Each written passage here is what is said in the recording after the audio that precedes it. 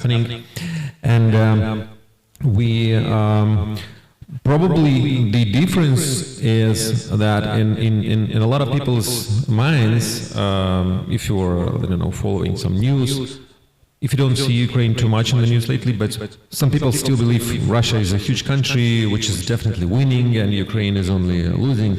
That is not the case anymore. Right now, as we speak, we just heard like Ukraine has launched more than 300 drones, large distance drones, long distance drones towards Russia to attack their military plants, oil refineries, some things that are producing money for Russia to continue the war. So Ukraine is doing that effectively, Ukraine managed to basically almost isolate the Crimea, which used to be Ukrainian territory, but Russia has taken it in 2014. Right now, they don't have the fuel at the gas stations. They will feel even more and more consequences of this.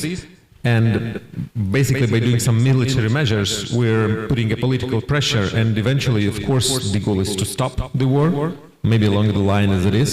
But definitely we have much stronger position than we used to have half a year ago. And that is a big change. And that happened during the time when US administration was busy with conflicting with Iran. And Ukraine used this time to have a better position now to potentially have negotiations with Russia with a stronger position. Now you just said 300 drones going into... All right. Check the sound there. You had mentioned 300 drones. One thing that I think is pretty amazing to some people is just how Ukraine is cutting all the bureaucracy out of the picture and going straight from development to implementation of technology. How has that happened at such a rapid pace versus maybe something here in the US that gets developed and then 7 years later enters the hands of the military? Yeah, so for us it's like a question of life and death, right? That's why Ukraine has had to adapt. We also had this heritage of our Department of Defense to be, a department with long traditions and procedures, historical, of course. But now, as the war has been taking place more than 4 years, it actually, the war of Ukraine against Russia lasts more than the First World War, actually. Of course, it's the largest conflict in Europe and in the world in the 21st century, unfortunately for us. So we use this time, Ukraine understood that we are still much smaller the country than Russia is in terms of territory, in terms of people, in terms of resources. So we understood that the only thing we could be successful in fighting is to be much quicker, much faster. Because their bureaucratic machine has not been adapting as fast. They also adapted, they also changed, just so you know. But Ukraine did it much faster. So we have the large, like really hundreds of smaller companies which were studied after the war has started. The majority of the companies did not exist before, who started producing drones. And yes, Ukraine did not invent drones, but was invented how to use them in the war effectively to save lives of the people and use them instead. So the government has eased very quickly all the procedures necessary for grant approvals for the technologies, drones or some other ones, to be tested immediately in the field, in the battlefield, to make this procedure, which has taken like years, now to months, and even like a couple of weeks. And also it's not so much centralized right now, so a lot of different brigades or military units have the opportunity to order the drones and some other stuff necessary for them directly from the producers, without avoiding all this long line of the state procurement, which still can take a lot of time. And so basically it's called like a dot chain defense system. It's like an Amazon for military. And the military units, they have their own budgets, and they can order that from those producers who they believe are more effective for their purposes. And then, of course, this creates this makes these producers known, and then the others want it because they see how effective they are. So this is one of the things, and they also the connection between the producer and the end user, so the basically soldier, the commander, it's very fast. And if something is not working properly, the next day they will make the producer known, that the manufacturer can make adjustments. If it's software, they can do it online. If it needs some hardware adjustments, they do it very quickly and send another party of those drones already with improvements. So that's very quick connection directly without going through the long line of Department of Defense. Is that what allowed us to be effective and quick? That's crazy to think about how quick those iterations and that feedback loop is taking place. Instead of years, it sounds almost like days or hours even. What else is happening at the front when it comes to, and we talked about this a little bit before, about gamification. How is gamification taking place right now in the Ukraine military? Yeah, so at one point of view, we can say that, the war is not a game. Of course, it's life and death, but still, it's something like some new incentives are needed all the time. So our ministry has created a system of appointing, approving the points for the soldiers, for the units, military units, for destroying different kinds of enemy equipment. For example, like for if you destroy a tank, you get 40 points. If you destroy something smaller, you get 10 points. Like a drone, it's 2 points. And then these points, when they are collected by some military unit, they can be used instead of money to procure in other drones and other systems like sniper rifles, whatever. So basically, it kind of copies the system which exists in some video games. And because we have now a very modern war, and a lot of the soldiers have been playing some games before, so it kind of helped. It also allows the commanders of the Army to control how the war is being waged. So basically, they can approve more points for some new targets. And not just say that now we have to destroy not tanks, now we have to destroy artillery, now we have to destroy some air defense. By doing this, it creates a system like a game, but it's proved very effective and it works. So this is some experience which we believe could be shared with the other free world, which is also used to play video games, and bring this experience into that. Now you just mentioned shared with the rest of the world. One thing that's interesting is the amount of information of captured Russian military machinery and that the government is releasing to the allies and the other people throughout the world. What's kind of the goal? What's the thought process behind something that most people would think is so secret? Yeah, well, this is actually something really, really new. I believe like last week, our Minister of Defense, and our Minister of Defense, by the way, is a guy who used to run before the Minister of Digital Transformation. So he is the guy who was in charge of all the digital innovation Ukraine had before the war, and then he transitioned to that new role, and he's bringing a lot of new ideas, new experience to that. So he announced now that it's already the website which was created where Ukraine basically put all those information from the captured Russian tanks, some other equipment, and also the missiles. So it's basically also includes information from Kinzhal hypersonic Russian missiles, which are they so proud of. Because not all of their missiles explode.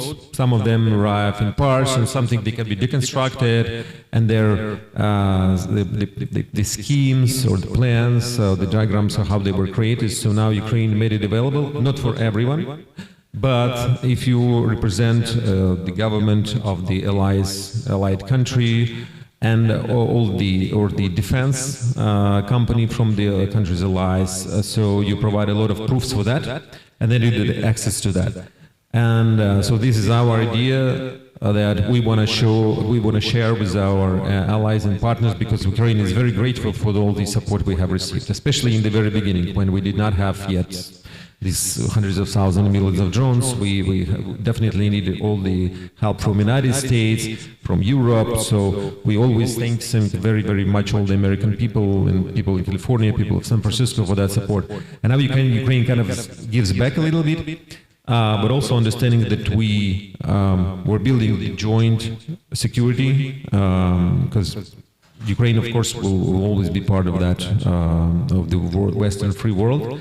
And we want to help, and it's open not only just for primes, right? It's also will be open for startups which are here maybe in Silicon Valley, who are also working on creating some maybe like new hypersonic missile or something, but they want to see that there was an idea, because yes, we say that Russians are our enemies, and they used to be, kind of slow and stupid, but they have a lot of engineers which are smart, which is inherited from Soviet Union, and they also can create something smart. And these ideas can be adapted, and by doing so, you can actually make the creation and invention process here much faster, and we will be super happy if that helps.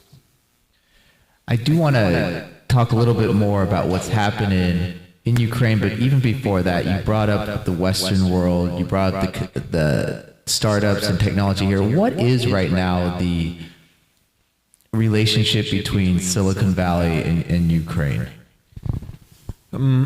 So we many companies from United States, from Silicon Valley, are already in Ukraine. We're talking about the defense tech. It's not only, of course, defense tech.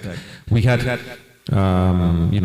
help and assistance from Amazon, which helped us with to get our data in cloud at the beginning of the war. The help from Google, of course, from SpaceX, the Starlink has been extremely important and effective.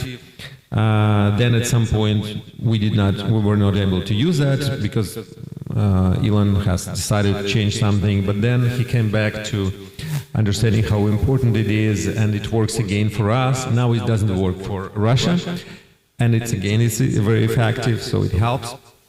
But we're also open to find, because during the time when Starlink was not working, we were all looking for alternatives, because we want to have more and more different kinds of Starlinks, and such companies exist in Silicon Valley, like, Planet, like some other companies which launch satellites. Of course, Anduril is in Ukraine. And it's for their advantage to have their equipment in Ukraine to show how effective they are. Sometimes it's not effective. Sometimes, it happens that the system or the drones or something which can work here in the United States, tested in Nevada desert, works fine. But it doesn't work as fine in the real harsh conditions of radio electronic warfare, which Russia has, and they have it. So it's good for both sides to make these improvements. Also, maybe just coming back to one of your previous questions. So, in the past, the idea for the defense industry was like, let's produce, hundreds of thousands of some missiles, of something, maybe of drones, and let's stockpile it just in case we will need it. But right now it probably will not work, because the drones, if you want to create like 1 million of drones and have it stockpiled like in a year, it will not be probably effective, because the countermeasure would be found. So that's kind of why this iteration process, the speed of that is very important. And we of course have also so Eric Schmidt has brought to Ukraine a lot of co-production of some interesting stuff, like one of that is Hornet drones, which are not purely Ukrainian, they're basically American Ukrainian, and they're very effectively now used in these middle strikes to target Russian logistics. So this really works. Russians are openly saying that they hate these things, that they are very effective, they bring them a lot of pain. But there is a lot of potential for that cooperation to make it more. We have more companies who are coming here looking for fundraising. We're also, as a consulate, we're working on creating this partnership to start some co-production. This will be definitely for mutually beneficial for Ukraine and Silicon Valley for sure. And people want to think of the future past all of this. Right now, there's a ton of data that's being collected. How is that data that's being collected now going to be utilized in the future for building out the infrastructure for post-war development? Of course, the technologies which are used during the war, they will be used after that. And its technologies, its data, starting from demining, like also the drones will be used for fire rescue, some other operations, for investigation of crimes. That's by the way, another example of one of the Silicon Valley companies, Skydio drones. They donated some of them for our Prosecutor General's office to investigate the crimes against humanity at the very first weeks of the war. So lots and lots of that will be used, was already used, and again, Ukraine is ready to share these data, this valuable data with our partners. Partners in the United States, first of all, and this will work, and this works already. And a lot of also we invite the companies to come to Ukraine to take part in the future reconstruction. And when we say reconstruction, we're not only talking about like rebuilding something which has been destroyed. It's basically rebuilding all the different systems, approaches, everything. And we already have this cooperation with Stanford, with some other architectural groups, innovation groups, and there is much more in that. And because Europe is already much faster, they already are in Ukraine, their companies, because the governments are engaged and they bring in their own companies to take part in that, because yes, after the war will be over, Ukraine will be probably the largest reconstruction project in the modern history. And this will be great opportunity for all who can come and take part in that to benefit, of course. And with the last few minutes that we have, is there any company in particular that you'd like to highlight or showcase that has impressed you? And then also, if anyone here has a company and wants to connect with the Ukraine government or yourselves, what's the best way to go about doing that? Yeah. So if we talk about some companies which we want to highlight, so we have some of Ukrainian defense tech companies which already succeeded in the United States. One of them is called U-Force. One of the directions they work with is producing the naval, like marine drones, which were used to target a lot of Russian ships. And that's why Ukraine can now actually safely navigate in the Black Sea, which we could not do at the very beginning. So they are, I think they raised a round of $50 million with more than $1 billion valuation. They already purchased some other companies.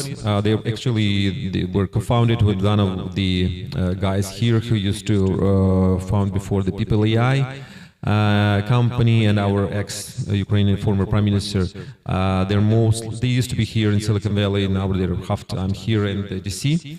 Also, we have another company which is called Swarmer. As you can guess, they're working on the technologies and software for swarms of drones. And they already did the IPO. They raised, I don't remember, but their valuation is maybe about $600 million right now. So basically, that's the first IPO which has been done in the United States. So there's a big potential, and people who had basically invested at the very beginning, they've already made like 50x, 60x. We could have done that as well. We did not. We should. And if some of your companies are interested to have your technologies, drones, counter drones, whatever, something else, ground drones or marine drones, to be tested in Ukraine, we're happy to assist with that, to make the connections. Of course, it will not be like Ukraine will procure your equipment immediately, no, but this is the process to take, and it takes time, but we will be happy to help. Our office, so my colleague Alexei Horsh, who's here as well, Yeah, you can find it. He's there. So we'll be happy to assist because it's mutual interest of Ukraine to get some new ideas, new technologies to be tested, and for your companies as well to have them tested in Ukraine brings a lot of more credibility, more traction. Which are if your technologies work there, they can basically work everywhere in the most harshest environments. All right, can we get a round of applause?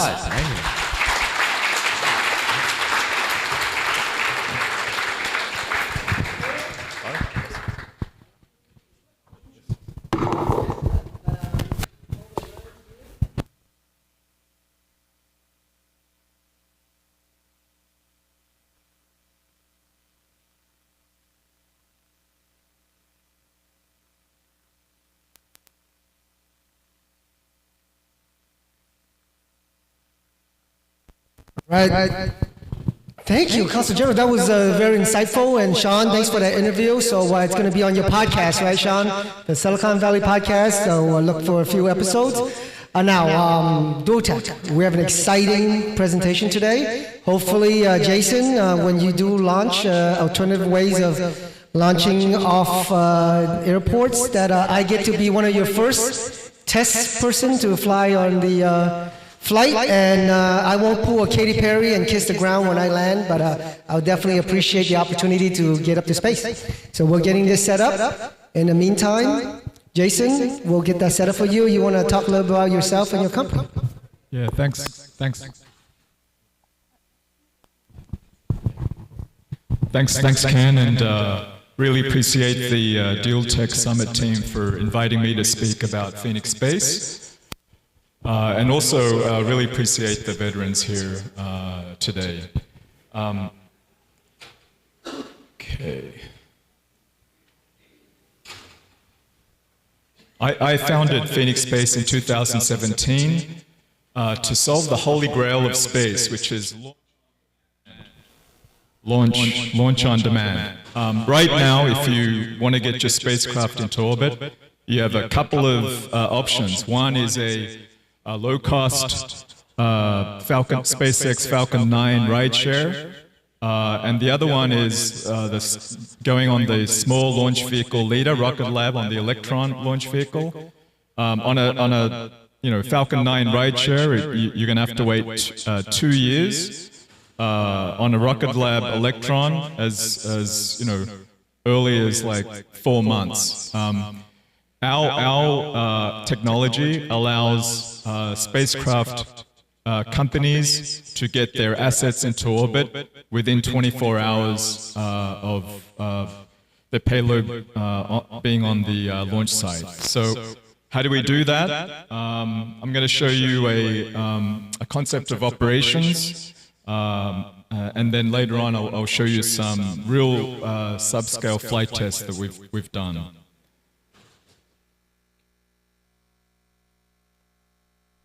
What if every runway unlocked the future of space? Current space access is slow, costly, and limited to a few fixed sites.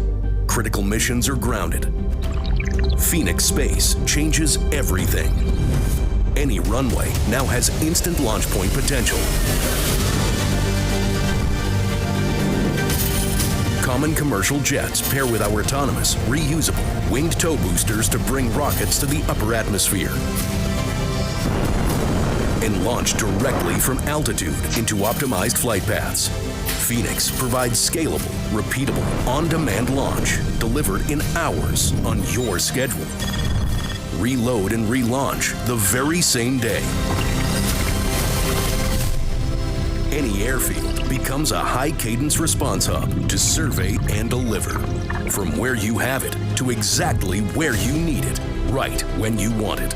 From commercial use to national security, we cut mission costs with smaller crews, delivering with agility, flexibility, and tactical precision, truly unlocking the value of launch and a boundless space economy. Low-cost launch on demand is no longer a luxury. It's a requirement as we revolutionize the next frontier of space.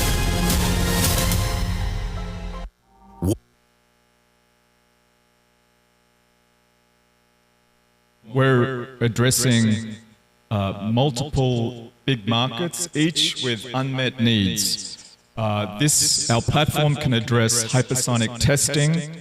Over the past decade, countries such as our adversaries like China have conducted 20 times more hypersonic testing than the US. Testing is a bottleneck in maturing hypersonic weapons development. So if we're able to do, high cadence, low cost hypersonic testing, that will allow the US to catch up and overtake, other nations.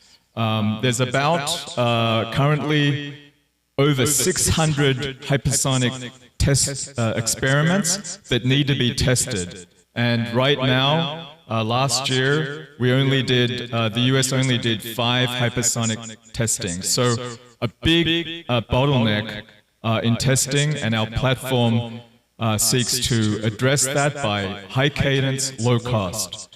The other big unmet need in space launch, as I mentioned, is launch on demand. As I said, 2-year wait on the Falcon 9 rideshare, 4 months on a Rocket Lab Electron. We can get you there within 24 hours. With this, when you look at launch companies like SpaceX, there is a trend of them vertically integrating. Obviously with the Starlink for SpaceX, Rocket Lab the same thing, they're developing their own spacecrafts. Same thing with Firefly Aerospace. Imagine what you could do very flexibly if you had a launch-on-demand capability. Hypersonic cargo, getting payloads anywhere in the Earth under 2 hours is also in our roadmap. As you saw from the video, our system consists of 3 main elements: a tow aircraft, a tow system, and what we call our wing booster. It's reusable, autonomous. The big advantage of tow launch is that you have superior safety. You've got energetics, in the wing booster, decoupled from personnel in the tow aircraft. So superior safety advantages, which really reduces the cost for development, operations, maintenance, etc. Our wing booster carries the launch vehicle on top. Conventional air launch approaches, have captive carry underneath the aircraft. With our technology, we're able to, scale to very big launch vehicle sizes, and that leads to very low cost and rapid turnaround. If you look at the cost of getting your payload to orbit, up to 80% of the cost is associated with the first stage rocket coming from the ground. Our first stage is an aircraft, Gulfstream 4, 737, etc. So we eliminate 70 to 80% right at the beginning. It's a patented method. As you saw, we tow the wing booster to 40,000 feet. At 40,000 feet, the tow line is released. You have rocket engine ignition in the wing booster. It takes it to 60,000 feet, where it separates with the launch vehicle, does hypersonic missions or orbital missions, along with other applications. After separation, the autonomous wing booster returns to the runway. It's refueled, new launch vehicle is placed on top, and we launch again, all within 24 hours. This is a subscale flight test that we did a few years ago, validating the top carry and separation.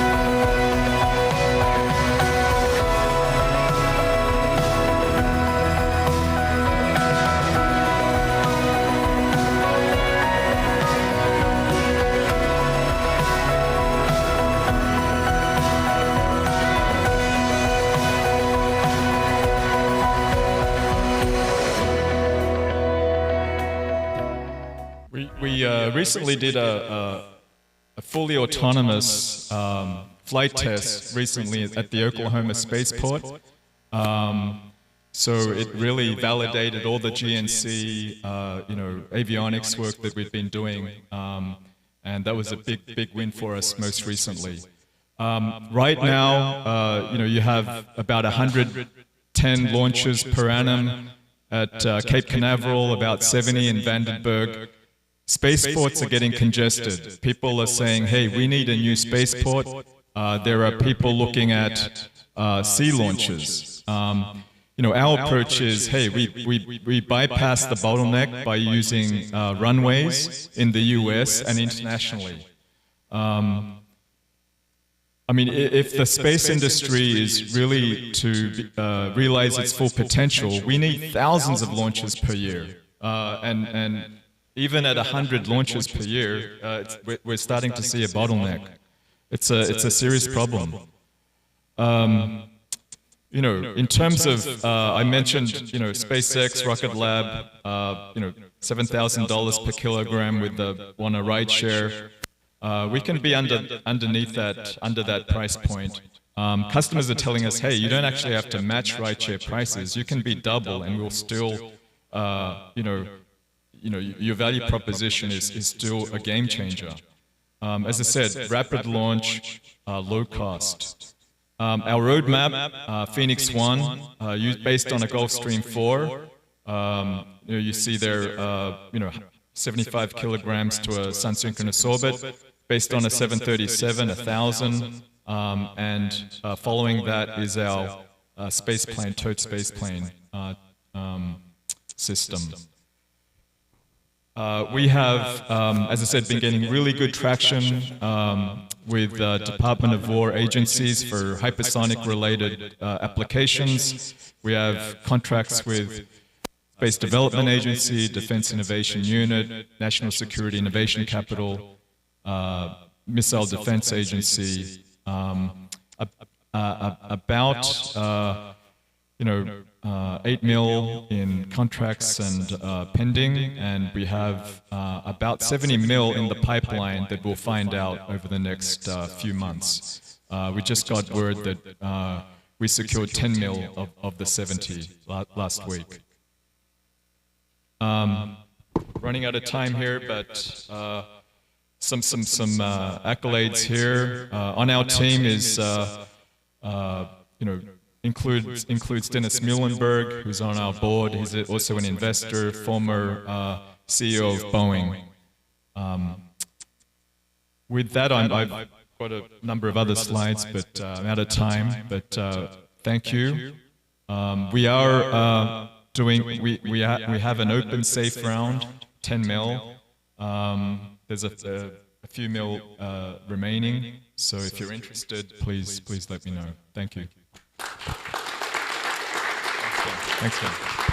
Thank you, Jason. That's an amazing presentation. And again, he's seed round, so it's going to be great. Hopefully, you can make some questions here. Thanks for that presentation. With that, the next presentation is just as exciting. We're talking about money. Right? We have Ryan Bayard, who's the moderator. We have Bayard Augustine, $1 billion asset under management, and a lot of other things. So with that, I'll hand it to you, Ryan, while I get the stage set up. Sure. Thank you for having me. I really appreciate the time. We got a panel that will be coming up here very shortly, but just so you know, my name is Ryan Bayard, and I run our investment bank, Bayard Augustine. We work with 38 family offices, and we help them with their deployment of over $20 billion a year. We'll also work with entrepreneurs on a retainer and success fee basis. And we also host the Silicon Valley Economic Forum, which is a showcase for family offices where we get investors to highlight their breakout portfolio company.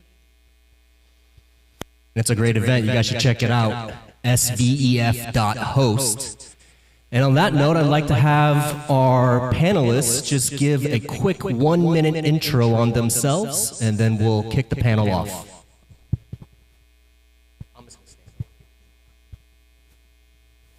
I'm Madhvi Rajan. Been in the tech industry for 20 years, And I'm also an angel investor. I work in the cloud and the AI technology industry, been like building products in the semiconductor space for a long time. You guys all see the stock market going like crazy up, Micron up like 10%. Been living that world for a long time. Afternoon, everyone. My name is Mark Ansipink, and I am the managing partner of Kylon Ventures. We're a venture studio dedicated to helping Vietnamese founders based here in North America. My wife is a refugee from the fall of Saigon. I've been in this ecosystem since the dot-com days. It's brought me from New York. I've worked in various different roles, but quite often with founders in one way or another. So I am very familiar with the ups and downs and all the ways you can try to raise capital. Look forward to the conversation. Good afternoon. My name is Perry Partlow, founder and CEO of Ryback Systems. LMFT by day, that's kind of my Batman job, weekends and nights. I'm kind of the new guy as far as the business thing goes, but hopefully we'll have some interesting perspectives. Fantastic. And this panel is called The Early Days, Critical Funding Considerations. So I'd like to ask all of our panelists, where does a founder actually get capital before they have revenue and traction?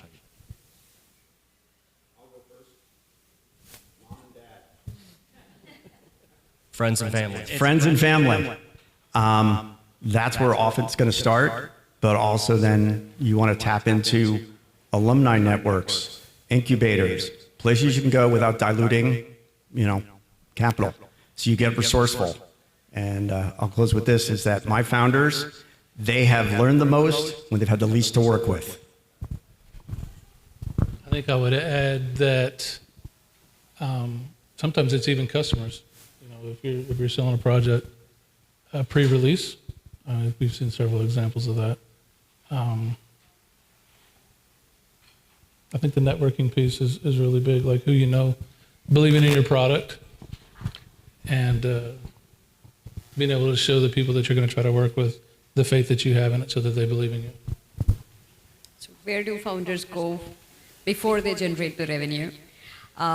You wouldn't believe it is hard to find the right set of founders. That is the difficult thing, especially we are living in the valley. There's a ton of funds available, and but it's so hard to find the people who know what they are building and why they are building. People get consumed by the technology or the problem that they see in front of them, but they miss out on why somebody invest.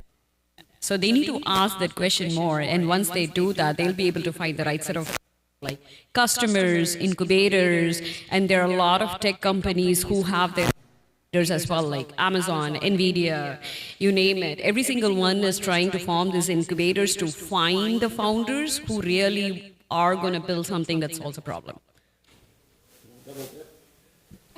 One of probably the most valuable thing that I bring to founders or anyone I work with is a network. I've been here for 25 plus years and blessed to know a lot of really smart people, much smarter than me, make much bigger decisions, control much bigger paychecks. Before one of my founders goes down this rabbit hole and has it all figured out, when we can, whether it's directly or through my network, we say, let's get you to talk to a couple of people who are your potential customers. Sit down, let's talk to them, sign an NDA, but find out if what you think is the solution is what they want to buy. Because quite often they'll get the feedback of, if you do this and you do that, that I will buy. So you save time and you save money by finding out what the customer really wants. And that's where network and working with folks like ourselves up here is really invaluable. What's something that you see founders doing that you believe is a mistake? What are some things that you see founders doing that you believe is a mistake? Married to their technology. And so they believe in the tech and they get, I think because I come from the tech background, I see those type of founders a lot, right? Like most often the founders are the technologists and they believe in the technology, rather than believing somebody would pay for the technology that they are building. That's the key question that they need to answer to themselves, or have another person in their founding team who understands the business. Right? I often see them making that mistake, and when somebody points it out, they are not agile and adaptable and coachable. So they have to have that open mindset to get that success that they are claiming for. I can think of a bunch of examples, but I think right off the top of my head, I think it's the actual product. Like, I think a lot of us, we come up with really cool ideas. And we think, oh, this would be really great. I'm going to make this. And we do it. And then we try to find a customer for it. And then we find out that they might also think it's pretty cool, but they're not really willing to pay for it. So then, you've done all this work. You don't have, a customer base. So I think, kind of like reflecting back what I said earlier, it's like maybe actually going out and talking to people to figure out, I have this idea. Would you be willing to pay for it? Would be a good guide before you put all that work in. I would say take your friends and family's money, but do not give them roles in the company. And when you take their money, cocktail napkins are not a binding contract. You want to get something set up. And a serious note is, I've had founders and I feel horrible because they bring to me, I've got this person who's 14% of my cap table. They were a lawyer. Somebody introduced me. It was their fraternity brother. They now have 14% of my company. They do nothing to help me, but they call me every week and say, when am I getting paid out?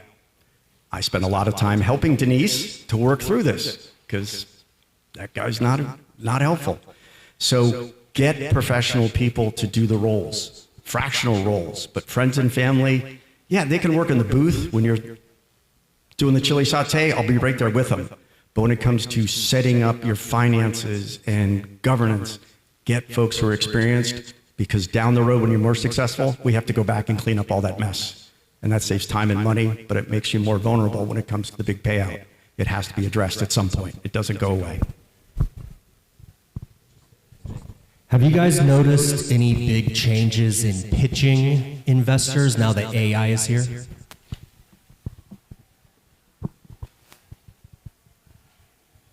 Everyone starts with AI in their, the name of the company or anything that they're solving.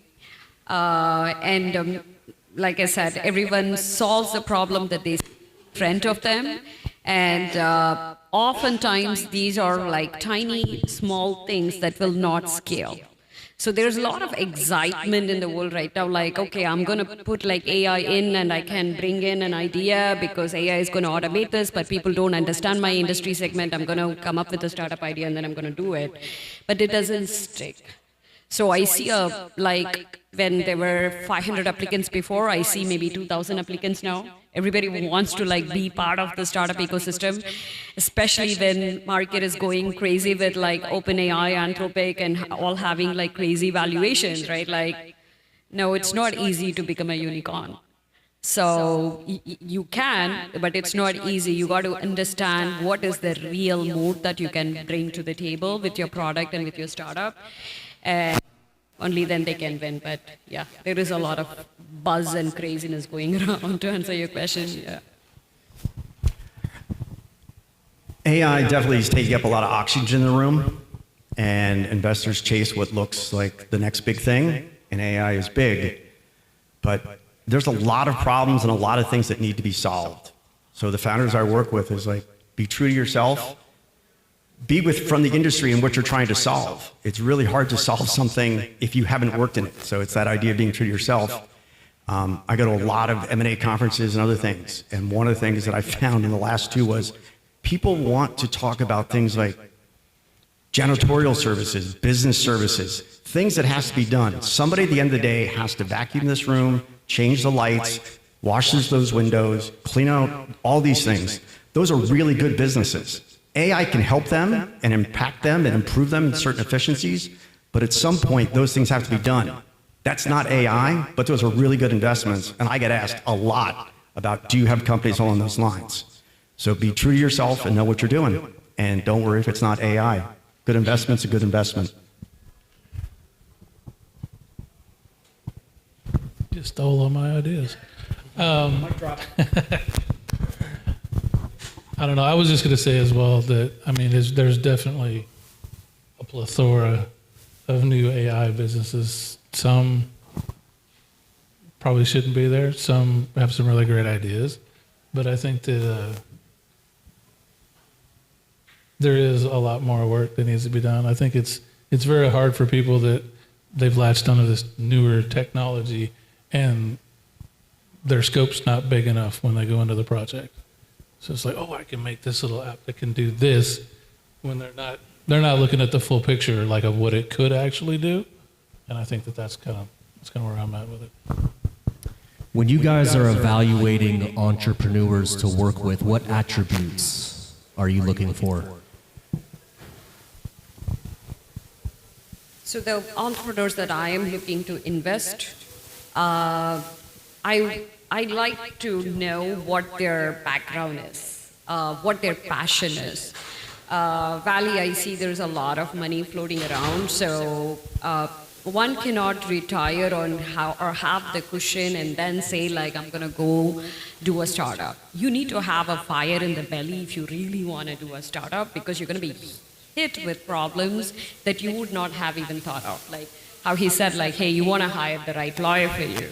And if I'm like someone who healthcare industry or like some other tech industry trying to solve a problem, and this is the last thing I would be thinking about, and you would begin wondering like, is it worth my time? Is it worth my energy? So it's, if you are starting a startup, you cannot do it when you have the cushion. It's fine if you want to do it, but you still need to have the fire in the belly. So I look for people who have those stories, you know, and whether they would have the commitment to go make that happen.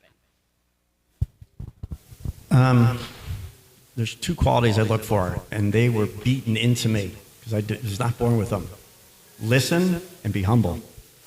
I can have the best advice, I have a solution, I can have an introduction that could change everything. But if the founder won't listen, it's a waste of everybody's time. And they think they have the solution. But going back to the example, let's talk to potential customers. Let's look at people who've tried to go down this path before you, and let's see what happened, good or bad. This did not start off the rule for our venture studio, but it's become it, and I'm actually quite proud of it. My rule is I would not have a founder unless I'd have them over to my house for Sunday night dinner. That means that I want to know you, you want to know me, you want to know my family. We care about each other. We're going to go through the ups and the downs and celebrate, but like, we care about each other, and I like you and you like me, because we're going to spend a lot of time together. And at this point, I'm proud to say I've had every founder except one over for dinner, and 3 now use our son's bedroom, who's off at University of Washington, as their hotel when they come to San Francisco. So always got to save money. I would go with all of that. And I would also add on to it some resilience and some passion about what you're doing, and the actual ability to be able to break it down and explain it to me. Like, I mean, so that you show me that you really understand it, and you can make me understand it as well on the pieces that I'm not quite on board with. Let's talk about non-dilutive money. When does it make sense to take non-dilutive money, and when is it a trap? This one was mine. I think it's a good idea for non-dilutive funding, which does not going to take any equity from your company, right? That's important. I think if you're trying to prove a concept, if you're trying to prove a pilot, it's free money on the table. I say free with air quotes. There's, as you heard earlier, if you were here for the earlier conference, there's a lot of administrative tasks. There's a lot of loopholes. There's a lot of check boxes that you got to do. You mess up on something, you're going to not get your funding. I think where it's actually a trap is when you don't know what you're using the money for. You're just trying to get money, and you end up chasing grants. So you get one grant, and then automatically, instead of trying to use that money as fuel for your company, for your product, you're chasing grants at that point. Instead of working on that, you're chasing the next grant. You're chasing the next grant because you don't know how else you're going to be getting money for your company. So that's the focus should be at that point on how to make your company actually bring in revenue. I would add, like, you got to remember that your company value gets diluted as well when you're accepting the money. So you got to be careful of why and what you're asking and how you're going to use it for. It shouldn't be just like I'm going to be scaling this particular, like a product or like a particular marketing or sales or some kind of function. But what problem you don't have to solve once you get that money, or what is it going to be used for? So you have to have that clarity. Otherwise, you're going to face dilution. Both great answers. I'll just add real quickly. Tell founders from the beginning, you have to explore multiple parallel revenue streams or funding streams while you're going.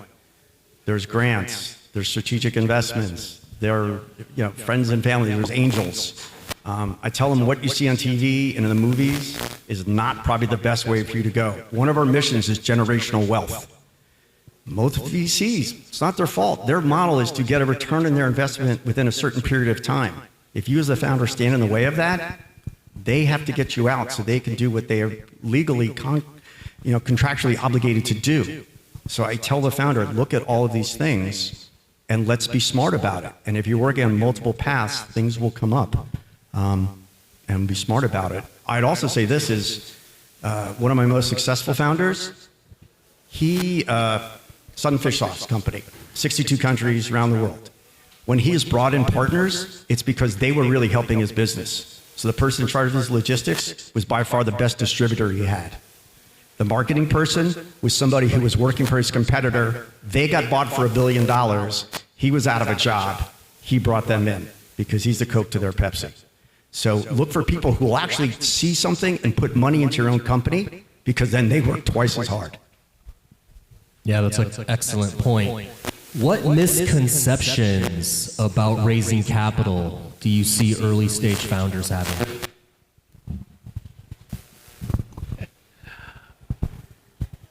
I think that a lot of, I don't know, and I'm more smaller businesses. I'm not in the big leagues yet. Come see me in a couple of years. But I think a lot of new business owners don't really understand everything that's out there. I think they get an idea, they come up with a product, and then they're like, what do I do for money? Like I'm not generating any revenue here. So it's like, okay, you start looking, you go to Google or you go to nowadays ChatGPT or Claude, and you're like, what are some ways I can generate so I can get some money for my business? There's SBA loans and there's all these, there's VCs and angel investors and all this other stuff. If I was to go to Ryan, he probably wouldn't give me 25 seconds in his office. Like, no, I don't have any revenue right now, but I've got some really great ideas. And I think a lot of people get stuck there. And I think that they don't know, like, really how to go about doing it. As far as how you're going to do it, it's that education is a key piece. Do you want me to go? The goal of the meeting is to get the next meeting. You cannot tell them what you've been doing for the last 8 years in 25 minutes. First of all, if you really haven't gotten their attention the first 30 to 60 seconds, you probably won't get the 25 minutes. The difference is I've gotten your audience with somebody who probably hopefully give you more like 50 or 55 to start with. But you can't tell them everything in one meeting, nor should you try to. So I have worked on 77 slides that we got down to 12. That includes the opening and the closing. I also laugh because you sweat every single word and people scan it. But you have to sweat every word on those 12 slides. But the whole goal is to just know what the objective is of this meeting and to go to the next one. And it's really hard because the founders, they want to cram it all in there. If I just write a little bit more, then I'm going to get an A on this paper. And you know what? No one can read that writing in the bottom because it's all screwed up. So you end up getting a C+, So just go with what you know and say, like, get that next meeting. And after that, we'll go down that rabbit hole and that rabbit hole. Because if they like you, they want to talk to you. But if you just talk at them, they'll get you out of there pretty quick. We've been saying that it takes 7 meetings with an investor on average to close them. Some of them take more meetings, some of them take less, but on average, 7 meetings. And I don't think many founders are keeping that in mind when they're talking to investors. We only have less than 10 minutes left, so we wanted to open up some questions to the audience. Why don't you go first?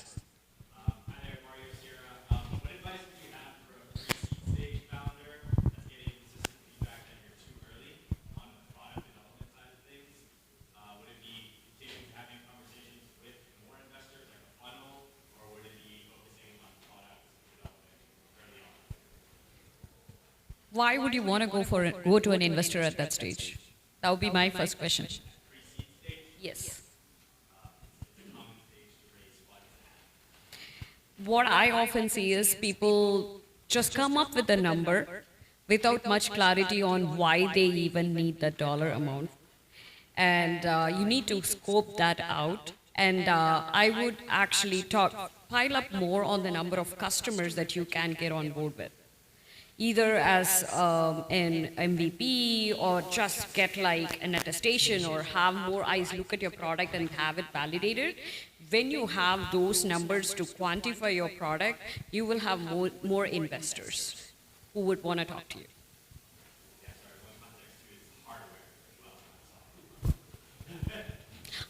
I have 20 years of background in hardware product, so. All great feedback. The one thing I'd add is you want to be really detailed in showing what that money's going to go towards. We're going to build this product. That's not the pie chart. You got to go USA Today and show them where everything is going on this and in what order, and think if they also think that's the right order and priorities and percentages if you are to have that conversation, because it's their money they're giving you, so they want to know where it's going. And they might have some really good insights about how to best spend that, or just better yet, save their money and say, oh, I can help you with this. I have no further questions. Steve, next question. Yes, my name is Steve Hudson. We have Planetary Reactor. We're developing 6,000 megawatts of geothermal power in Nevada and California and Texas. We're a proud client of Ryan over here. And all of that power is going to go to AI data centers. There are people in the room that are looking for power, which seems to be a fairly small problem these days. We're providing base load, clean power. Love to talk to you. And again, Ryan's our investment banker. Thank you, Ryan. Any other questions? Yeah, this one's for Mark. What are some of the most important wraparound services in your studio model? Between my wife and I and our network, it's like whatever needs to be done. It's helping them to prioritize. That's a big thing. It's like, we want to do all this. You know, I watched The Social Network 5 times. I know how to do this. So it's getting back to like, what is it we need to do? And like I said, I have worked trade shows, broken down booths, wearing an apron, happy to do it. I come from a sales background, so I'm really good on coaching them of, you have to learn how to tell your story in 60 seconds or less. But it's what do you need at this time, having a good game plan, sticking with that timeline, but also not being a slave to it, because you're going to have to adjust, but at least having a game plan to start with. Any other questions? We got time for one more question.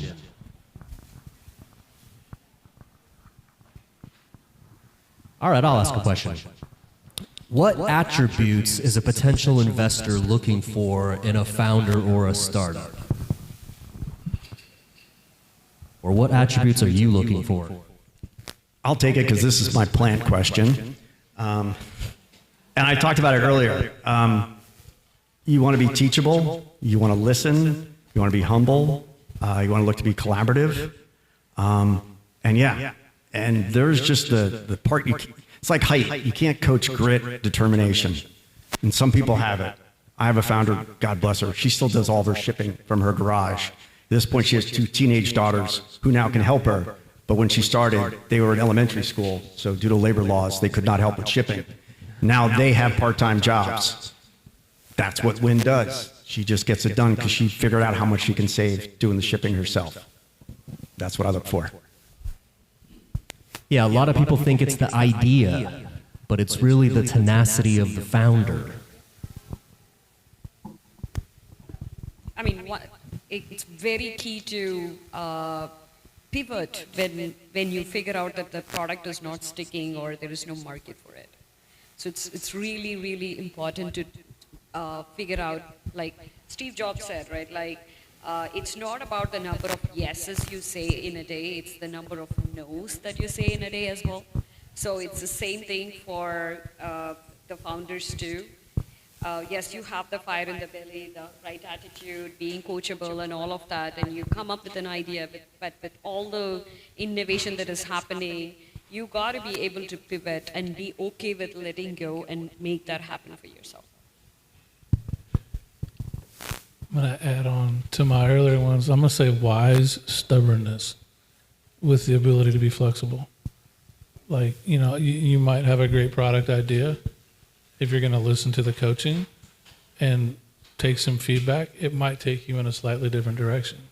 So having that flexibility in mind to be able to actually make that shift without, you know, giving up or, you know, something like that, I think that would also be important as well. Give me somebody who it's their second or third startup. The first ones didn't all go incredibly well, but they learned really good lessons. That's how you get back to being teachable and humble and resourceful. Because those people, I mean, they want it because they're on their second or third try, but they also, like, they get it. It just makes it easier, you know. So yeah, you've got the scar tissue. I'm right there with you because I've worked for failed startups myself. So outside of friends and family, how do you recommend entrepreneurs reach out to investors or find investors? Should they go to a bunch of events? Should they spam them all?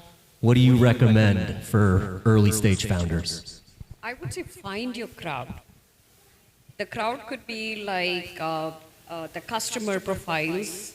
Those could be conferences. Go look for, not in terms of just finding an investor out there, but how the customers and what they are solving for, who's investing in them as well. So go figure out the pattern, like hardware, the person that spoke about, right? Not many people understand hardware. I get to talk to a ton of startups, but I come from the hardware background, and I find it very shocking that people don't understand and talk about infra enough. Everyone talks about responsible AI, but for me, responsible AI is actually using your infrastructure right, because you could save so much in terms of power, cooling, a ton of stuff. Not every product or every solution, every AI agent needs a GPU, or how many GPUs, you know. So it's really key to go find your tribe, not just to events where all the angel investors are hanging out. You need to understand which events and which, you know, like forum has the same customer profile or partner profile, or where your product would accentuate their product. So be part of those events. Find those people who you can go talk to. The angel investors or the investing firms or the VC firms, they all have a thesis that they put together. Not everybody invests in everything. Like you don't invest in early stage startups, right? But you are always like aiming for those unicorns. So there's no point coming and pitching my startup to you. So you got to understand whom you're talking to, do that ground homework before you approach an event or a person.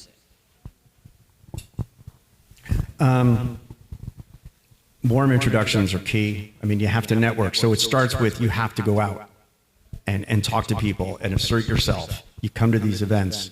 I tell my founders, and often they've done it, but then I encourage them once they're with me, go to pitch competitions. It's not the one that gets the huge cardboard check. You can't actually cash the big oversized check. But the ones that are second and third, they often get, hey, I like you, this is good. You need live batting practice. So if you do a pitch competition and the mic goes out, fine. That's not the meeting you've been waiting 6 months to have. When you get to that meeting and you've been waiting 6 months for, you've gone through all the bad ones. It's kind of like dating, you know? I haven't kissed frogs, but I'm sure women feel differently about me, but it's one of those things. I'm blessed. I met my wife, but I didn't meet her when I was 12 years old. So, you know, you just go out there and you meet and you try and you talk and you pick a little something up. You know, you can steal something from everybody else, and you learn something about yourself in the process too. I think definitely networking and the warm handoff bit, you know, coming from successful networking, you know, I was obviously going to shows, going to conferences, talking to people, meeting people, but like the connections that you make at those events and turning those into warm handoffs to other resources, I think is really good. I always tell founders they should meet the event organizer. Let the event organizer know exactly what they're building and who they want to meet. The event organizer tends to know everybody at the event. That's how you actually implement these networking strategies. Do you guys have any other tips on how to network? You just, I mean, I've been doing this a long time, and I still have to psych myself up. You just got to throw yourself, or I should say, I have to throw myself at the deep end of the pool. Some days it's easier than others, but you just got to go out and do it. Almost go and find the person who doesn't look like they want to be there either. Start with them. You know, the recluse might be a billionaire. Who knows? You know. You know, yeah. I mean, so true. I'm an extrovert, but my energy level is, you know, like I have a quota somehow. Like, you know, in an event, I can only talk so much. I love talking. I love meeting with people. But then, trust me, introvert or extrovert, there is only so much capacity a person has, right? So I measure my success based on getting just one, even one single person from whom I can have a conversation later. You know, like if I can possibly I do my homework on who the attendees are, and then I make a short list of like 4 or 5 people that I have to absolutely meet, and just make even a 30-second impression with them, so I could go ask for a coffee later. Right? The actual conversation happens when you have that one-on-one later. So you're not going to strike anything in that particular moment, in that particular event. So it's not all about like dollars. It's not all about opportunities. It's not all about like a specific ROI. You need to have the goal as in like, this would be a good partnership. It can amount to something in future. You might have created an impression with them, and they might be able to introduce to 10 other people later in future as well. Right? So don't always go in for like, okay, if I'm going to talk to this person, I'm going to be raising that $10 million I've been waiting for. No, it never works that way. So. All right, that's all the time we have for today. Please give a round of applause to our excellent panelists. Right? Let's give a round of applause for our moderator, Ryan Baird. Oh, wait, Ryan, you want to come up for a quick photo? So while we set up. Oh, you got it. We're going to set you up right here.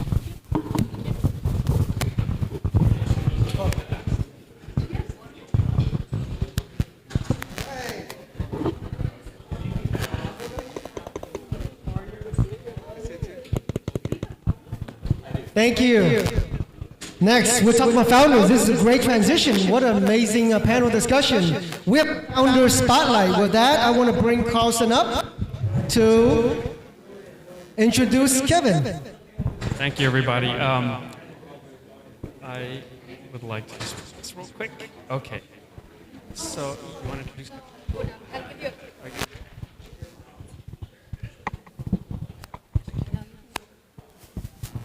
Okay. It's my pleasure to introduce our next speaker. He is the founder of Glide Technology. It is an autonomous freight transportation system. It's something that I was hoping at some point I can get a ride on. It's a really cool vehicle. And let's see, he's also the winner of last year's TechCrunch. So I was excited for him. I was jumping in the confetti along with him to celebrate, and I felt like a kid at a candy store. But it's such a great. I wish this technology existed when I was a kid, because I would love to have this as a toy. But I'll go ahead and hand it off to Cynthia. Yeah, and I just wanted to say Kevin is so amazing. Carlson and I were actually cheering on at the TechCrunch battlefield. Really, many amazing founders. We were cheering him on long before he won. And Ryan brought up, how else do you get funding? When he finally won and we got to stand up, we got to meet him, we stood up on stage with him with his $100,000 check, and that's probably, I said, I didn't get any part of that funding, but I'm really excited to have Kevin here. He's such an amazing human being. He is going to be the pioneer in the freight infrastructure. You'll see that his railway system is really special. You'll find no one else like him, and this is just the beginning for Kevin. So I can't wait to see what he's going to build in the future for us. Really amazing to have you here, Kevin. Thank you so much. Hello. How's everybody doing? Hi, I'm Kevin DeMoe. I'm the founder and CEO of Glide, and we're on the mission to make rail more accessible again and to make transportation better throughout the world, starting here within a nation and then expanding out. So make sure I'm not blocking this. So Glide, we're a dual-use mobility solutions company. There we go. And then Glide was built by, is my brainchild, but built by a team of folks that have been doing this for a long time. So I started my career off in the U.S. Army. I was a Cav scout and a logistician. So I was first exposed to the problem that we're solving when at the age of 17. I'm gonna age myself a little bit. I joined the military right after 9/11. I wanted to do my part for this great nation that we serve here today. I was a dancer in high school. So I'm Panamanian. I grew up dancing salsa, merengue, cumbia, bachata, and I had a full ride scholarship to go dance and get my degree there. Then 9/11 happened. And I asked myself a question at that young age: do I want to dance or do I want to serve this great nation? So I chose to serve. So I enlisted in the military as a Cav Scout logistician. I did 2 tours in Iraq where I did railhead operations. And railhead operations is where we take our tanks and Bradleys and other materiel and we shuffle them from road to rail. We utilize a bunch of different pieces of capital equipment: cranes, forklifts, drayage trucks, hostler trucks, and then the army of people, at the time soldiers, in order to move things from site to site. Fast forward many years later, I invented SpaceX's Flight Module Logistics organization. So I'm a mechanical engineer by trade and education. I did all the material handling equipment, as well as the way that SpaceX currently transports the rocket from site to site. So started in Hawthorne, going to Texas for testing, and then launching out of Texas, Brownsville, Cape Canaveral, and then Vandenberg. I did that for about 4 years underneath Elon, and then I started Glide in 2022.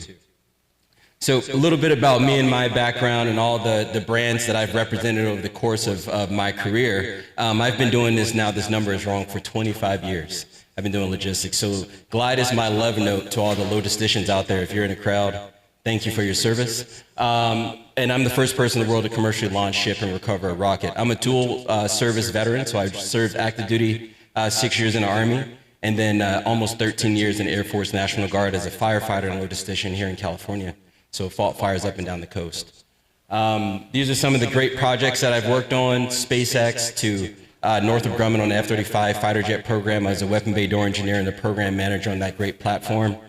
This is the modular air firefighting system with the Air Force. And then I took 3 of these companies public via SPAC, Romeo Power, Canoe, and XOS Trucks. And then before I started Glide, I was building e-bikes.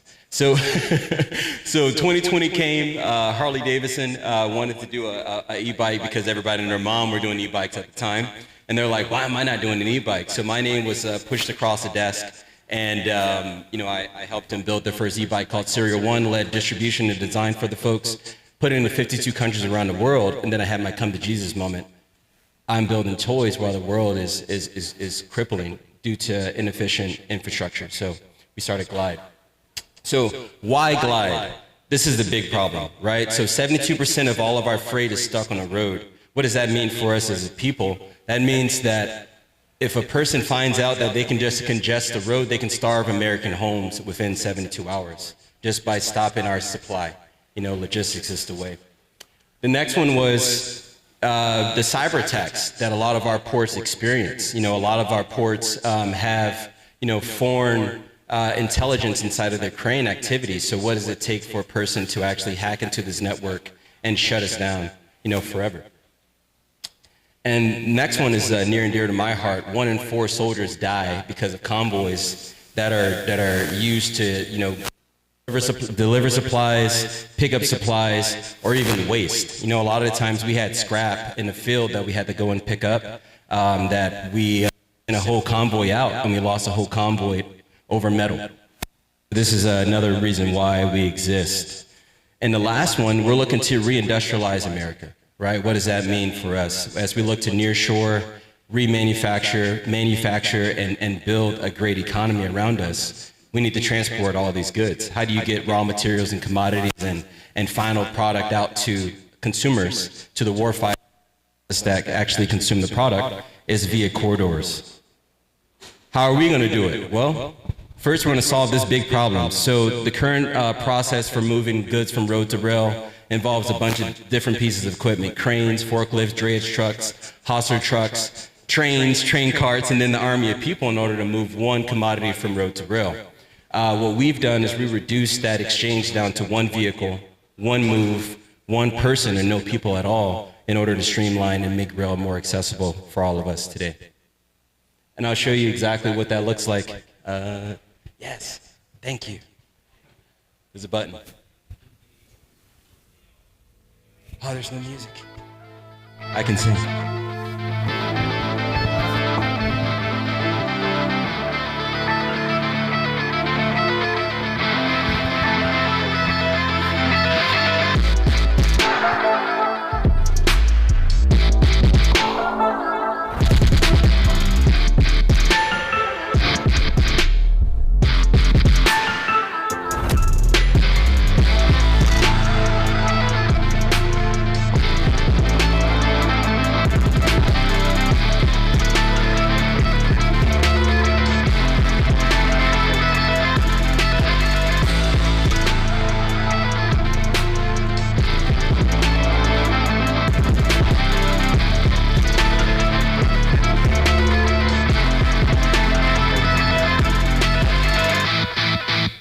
What do you guys think about that?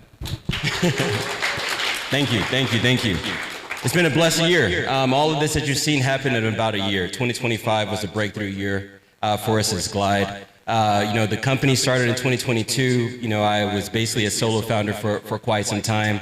And then the Veterans Fund, that man in the back gave us our first shot and was one of our first investors into our company. So thank you, Ryan, and the Veterans Fund, for everything that you guys have done and continue to do for us as we build out, some great and important technology for the world. So we didn't get here quietly, as you saw. We've gone through pitch competitions. We won TechCrunch's Battlefield. We've spoken to customers. We've raised a bunch of capital. We placed second at Emerge Americas in Miami. And we've gone along and educated the world on what our technology will do for us as a people here in America and us as a society, as a community here on Earth. Our motto is to glide any place that you go. So no matter where humans go, whether it's here in the United States or Africa or Australia or Europe or to the moon, we want to be there to support us as we evolve as a multi-planetary species. So what is a mile worth to all of you and to the world? For us, it's the warfighter. This number 1 in 10 counts for folks in theater as well as in garrison, right? The problems that I spoke about folks losing their lives while doing logistics jobs extends here to our great lands as well. 13 million people live adjacent to railroads and ports. Our technology helps to, provide them with clean air, better jobs, to revitalize our economy. Rail is 4 times more effective and efficient than road transportation. So to be able to extend that, that same capability throughout all the United States and throughout is exactly what we want to do. And then finally, we want to create jobs. There's 60,000 miles of dormant rail that sit idle today. I like to give a little number. 1916, the United States had 250,000 miles of rail. Today, that number sits at 140,000, with 60,000 of that rail sitting dormant. It's a big number. I spoke to a lady earlier. She was like, yeah, I rode a bike down an old railroad track. That's infrastructure that we could be utilizing to actually, provide, great jobs for our people throughout the United States. So that's it. So the next time you go ship it, don't ship it, just glide it. I appreciate your time today. Thank you.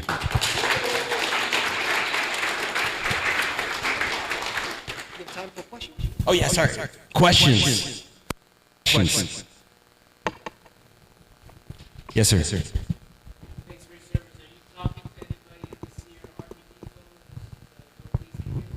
We aren't, not yet. You know somebody there? Let's talk, brother. I love it. All Let's talk, right. brother. There's great resource here with Peter. Thank you. Quick question. Where are you based? So we're Riverside, California. We're at Shaver Lake, and we're in Austin, Texas as well. Have you connected with the ports of LA Long Beach? We just got back from Ignite 22, so we're talking with those folks there, but we can use some more support. Happy to help with that. Also the Port of Oakland. We'd love to be at the Port of Oakland. Thank you. Great resource, not just a great presentation from one of the amazing founders. Any other question in the back? Don't be bashful. All right, Ryan.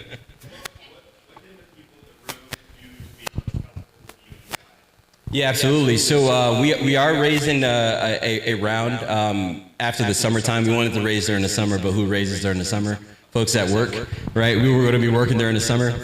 So political connections, connections into ports as well as partners across technology as well. War fighters as well as commercial folks that move goods, whether it's a farm or a miner or whatever moves. We would love to talk to folks in order to provide benefit to them. Thanks, Ryan. Yes, sir.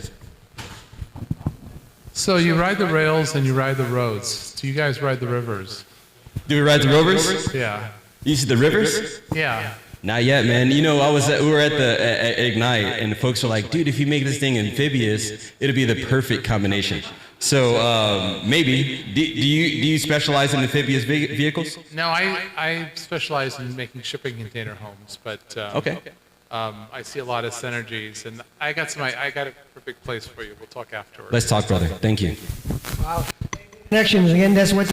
Wow. One final question before we bring on the next panel. Right here. Have you heard of the National Defense Transportation Association, NDTA? I have. Okay. Check out their chapters in and around Southern California, ndta.org. They would love Are you associated with them as well? Life member, yeah. Let's talk. All right. Thank you, brother. Thank you all. God bless you all. Thank you.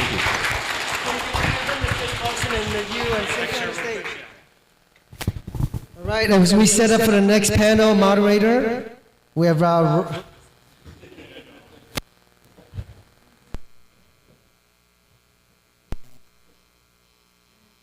Yep, one behind me.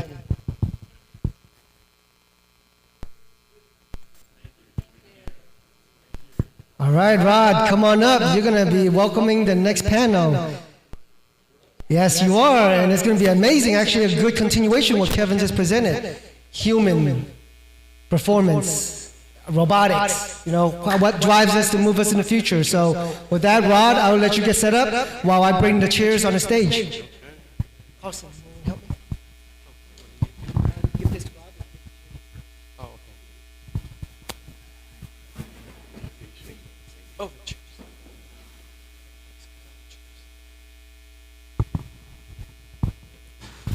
Thank you. All right. Good afternoon, everybody.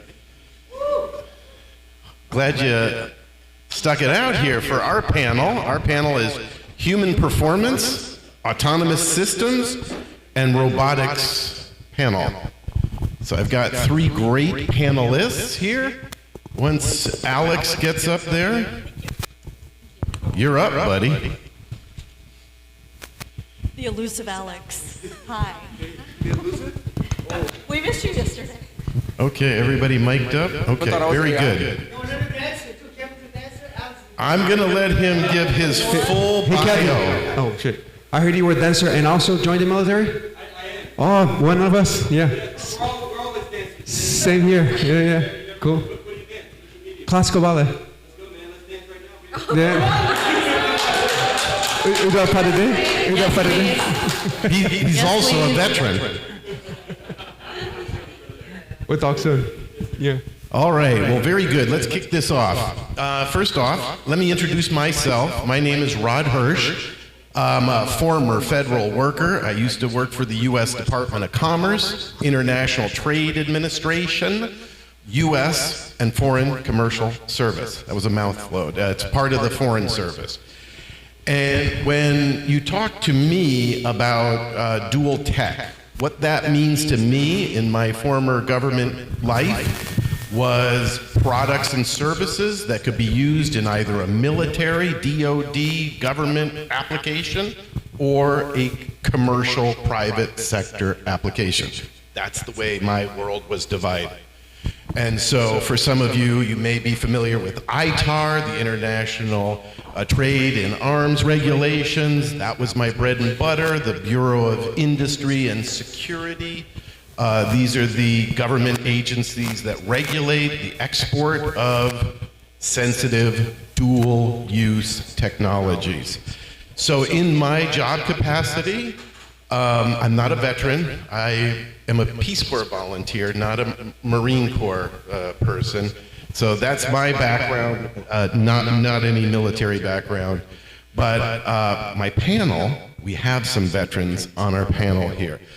And so what I'd like to do is I've had a chance to actually work with Alex and Neha in my prior federal government capacity.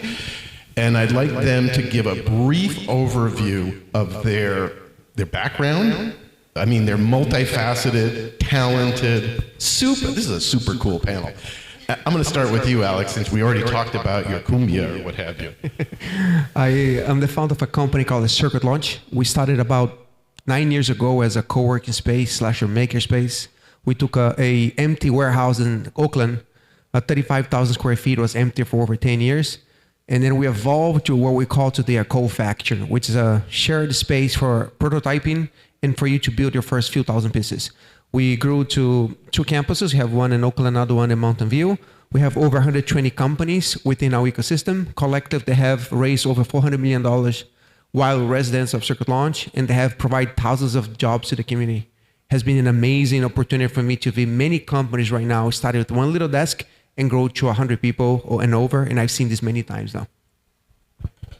Good afternoon, everyone. My name is Neha Groves. I'm the VP for Tech and Innovation at Ocean Power Technologies. We focus on marine technology. We have mobile and stationary autonomous assets that we provide to both the commercial and defense sectors. I've been with the company for about 4 years. Prior to that, I was in oil and gas for over 14 years. So I've been in marine technology pretty much all my life, and dual-use technology is right at the heart of that. So very excited to be a part of this panel. My mic is not working. Oh, there it is. All right, Sandy, you go. Hi, I'm Sandy Therian. I'm prior service Air Force. I was an avionics tech and flight line mechanic on the mighty C-5 Galaxy. Yes, that was a while ago. I've been in aerospace and defense for more than 30 years, and I'm the founder of Blue Moon Space Operations. So we are building a sustainable orbital infrastructure, starting with orbital debris capture and repurposing. So we're not going to bring it back to Earth, we're going to recycle it right there in orbit.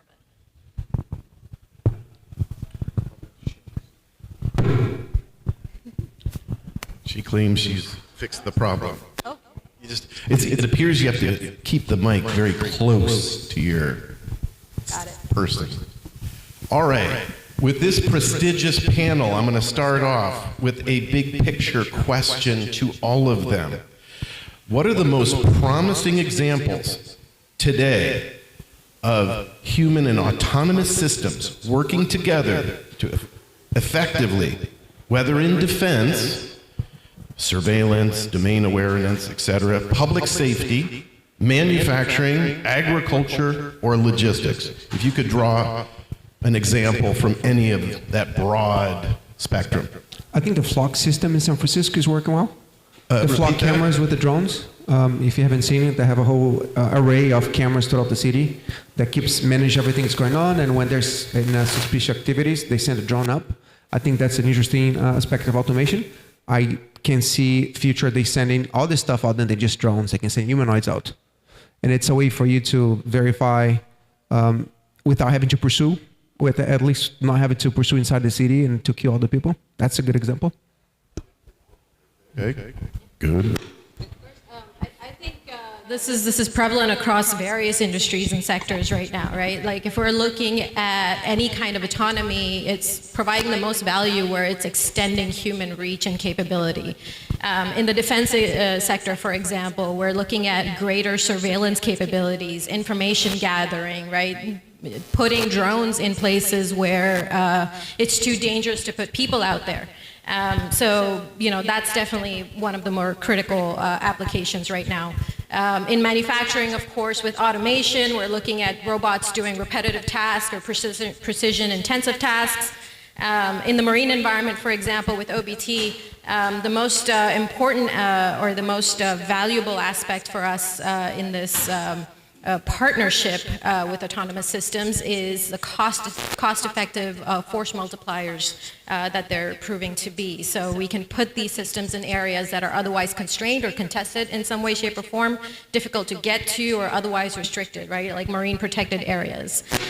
Public safety, first responders being able to get immediate situational before they go out into the dangerous environment. I'll throw in a personal note here, but I don't know how many of you are aware, but there's a massive fire raging in the middle of Utah right now, the smoke from which is extending all the way out to Kansas. Like, it's insane. That fire blew to 60,000 acres in 36 hours and is actively burning through infrastructure and homes and really impacting lives. My husband is there as we speak fighting this fire, and so how much of this could be augmented with autonomous technology? How many drones and other systems can we put out there in these dangerous situations to not only give us a common operating picture of what's going on, but also start the response and actually,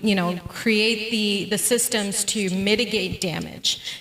So yeah, for sure. I think the bottom line is it comes down to how can we extend human reach, and that's the most important application.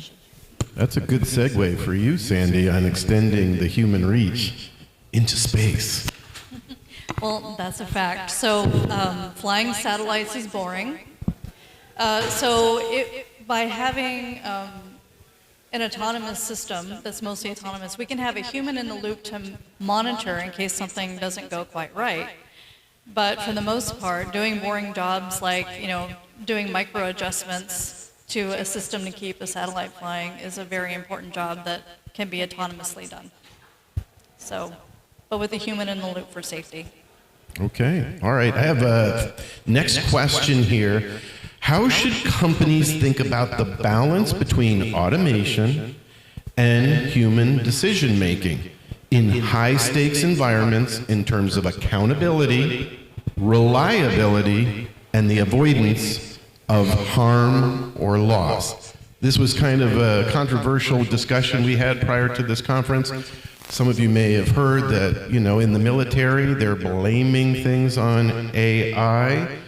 And so where does the robot end, the human begin, vice versa, and who takes the responsibility of what happens? I believe that any human liability that's going on right now, that's all temporary. I don't think there's any high-stakes positions where robots and AI will not be able to do the same job, probably better. I'm just not in a camp of we're augmenting humans here, and any augmentation is just temporary. At least that's how I see it. So as of right now, I think situations where someone can get killed, it is the only part where we probably should have oversight for now. Any place where someone can get hurt seriously, that is the only areas, but all of this is temporary. Yeah. Well, I have some you have some views on this. But, yeah, Share I have them. some views on this. I think I think it's important to remember that AI at the end of the day is ultimately just a tool, right? And any tool is as good as the operator. Delegating a task to AI does not absolve the operator from accountability. So AI should especially in high-stakes environment, in critical situations, it should enhance the operator's ability to make decisions quickly and more effectively with more information. It should not obscure responsibility. So we need to ensure that, there is accountability structures in place so that, ultimately this is a tool that you are using. You are accountable for the outcomes and the consequences of that tool. Do you believe AI always gonna be a tool and never is gonna have autonomy?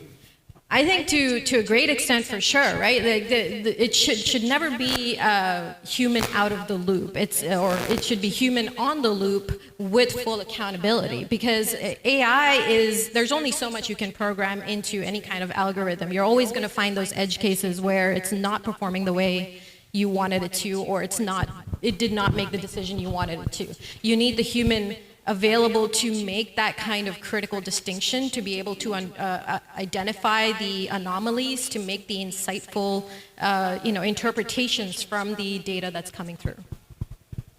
No, but you don't think that can change in the future? I think it'll definitely get refined. I don't think it'll completely go away. It's personal. Sandy? Well, I agree that it probably won't fully go away, but rule number one of capturing space debris is don't make more space debris, right? That's kind of a no-brainer. But we want to be able to get to the point where we can trust our robotic spacecraft to do this operation by incorporating some air-gapped AI into our system, because it can take a couple of seconds for a command from our Mission Control Center on Earth to get to those spacecraft. So they're going to need to be able to make an intelligent decision on whether it's safe to connect with that piece of debris or not. So there is going to have to be a certain level of autonomy that we're going to have to build into our spacecraft in order to do this. However, we always need to monitor, right? So if something doesn't look correct, we need to make sure that we can cancel that command and back off the mission and reassess. Okay, great. Thank you so much. I have another question for you guys. Defense organizations are investing heavily in autonomous systems. What lessons from military applications can be transferred to the private sector, commercial industry, and vice versa? Alex, you're a former, you're a veteran. But we use no drones, use humans. So drones and robots is something very recent. And then other than Ukraine, there's no really other force. We actually use this in a way that is very visible. U.S. used drones for a long time, but not in a scale that we've seen in the Ukraine-Russian war. So I don't have really an insight. How do you see that affecting the private sector? That all that drone use, whether it's terrestrial, marine, aerial, how's that going to affect us in the private sector world? This is actually maybe one of the areas where the applications in the private sector influence more the Army than the other way around, where I'm seeing a way more innovation from this side and being applied to the military eventually than the other way. Again, it might be stuff in the military that I don't have access to it that might be that help us at some point, but I'm not seeing that influence as we saw with the internet, with all this stuff before, coming from that side. And again, don't have any insight in it, so I'm not sure. Okay, Neha? I think this has always been a two-way street, right? The flow of innovation has always gone back and forth between defense and commercial markets and sectors. I think, from the defense sector, we learn a lot about resilience, systems that can operate at scale, be sustainable, have the resilience to work in environments that are either contested or have degraded comms or both, or just have incomplete information, or be able to respond to rapidly changing conditions. Whereas with commercial applications, we learn the economies of scale. We learn about how do we, actually make this economically sustainable and be able to deploy at large. So I think that sort of that dual technology aspect of it comes in. All the companies that are in the sector right now should be able to take advantage of both the strengths of, resilience that is required for the defense sector and the scalability and the economic aspect of the commercial. Sandy? I'm going to talk about the weather. So the Space Force discovered that the data you gather from weather satellites that track changes over time for places on Earth can also monitor battle spaces and potential operations areas. So, yeah, put a sensor on spacecraft that are operating up there anyway and gather data over time about a space that you might be interested in the future. So that's an example of commercial going to military applications. Now, I'm not a panelist, I'm the moderator, but I'll make a couple of comments on this from a former federal government standpoint, and it's going to be on the money side of things.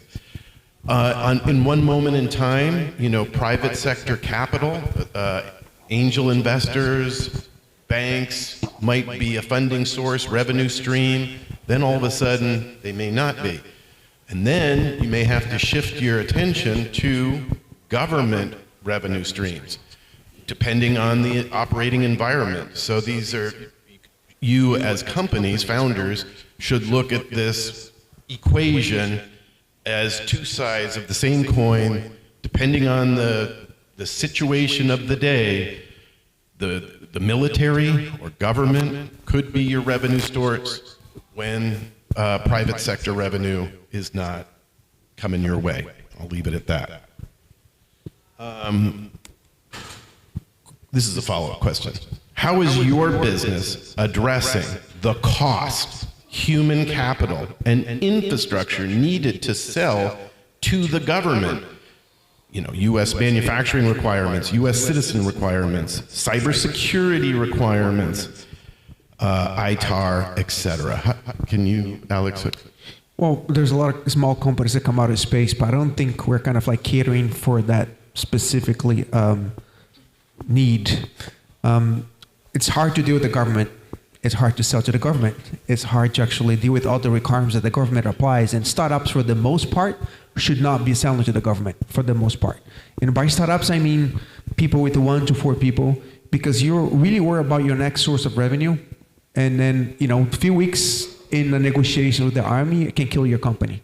So avoid things that are very big and very complex, and the government's one of them, except when you're already getting money from the government to fund your company, which is the case of a lot of DoD fund a lot of the companies, a lot of the grants, where your product's straight to the government. So you're almost working as a part-time employee for the government while you build your grant. In that case, sure. But most people who went to that route, they're only doing that because it's so demanding. And only after they finish those relationships is that they're going to go sell aside from this. So my personal recommendation, as a startup, especially in the hardware space, do not deal with the government if you can. Duly noted. Neha.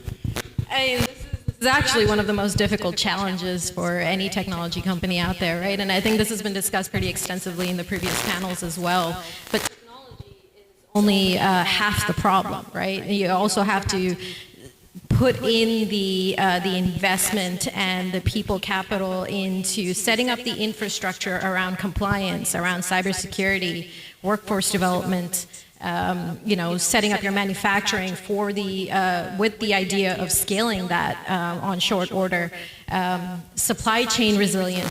One's a doozy in this day and age, but this is kind of what we've been doing at OPT.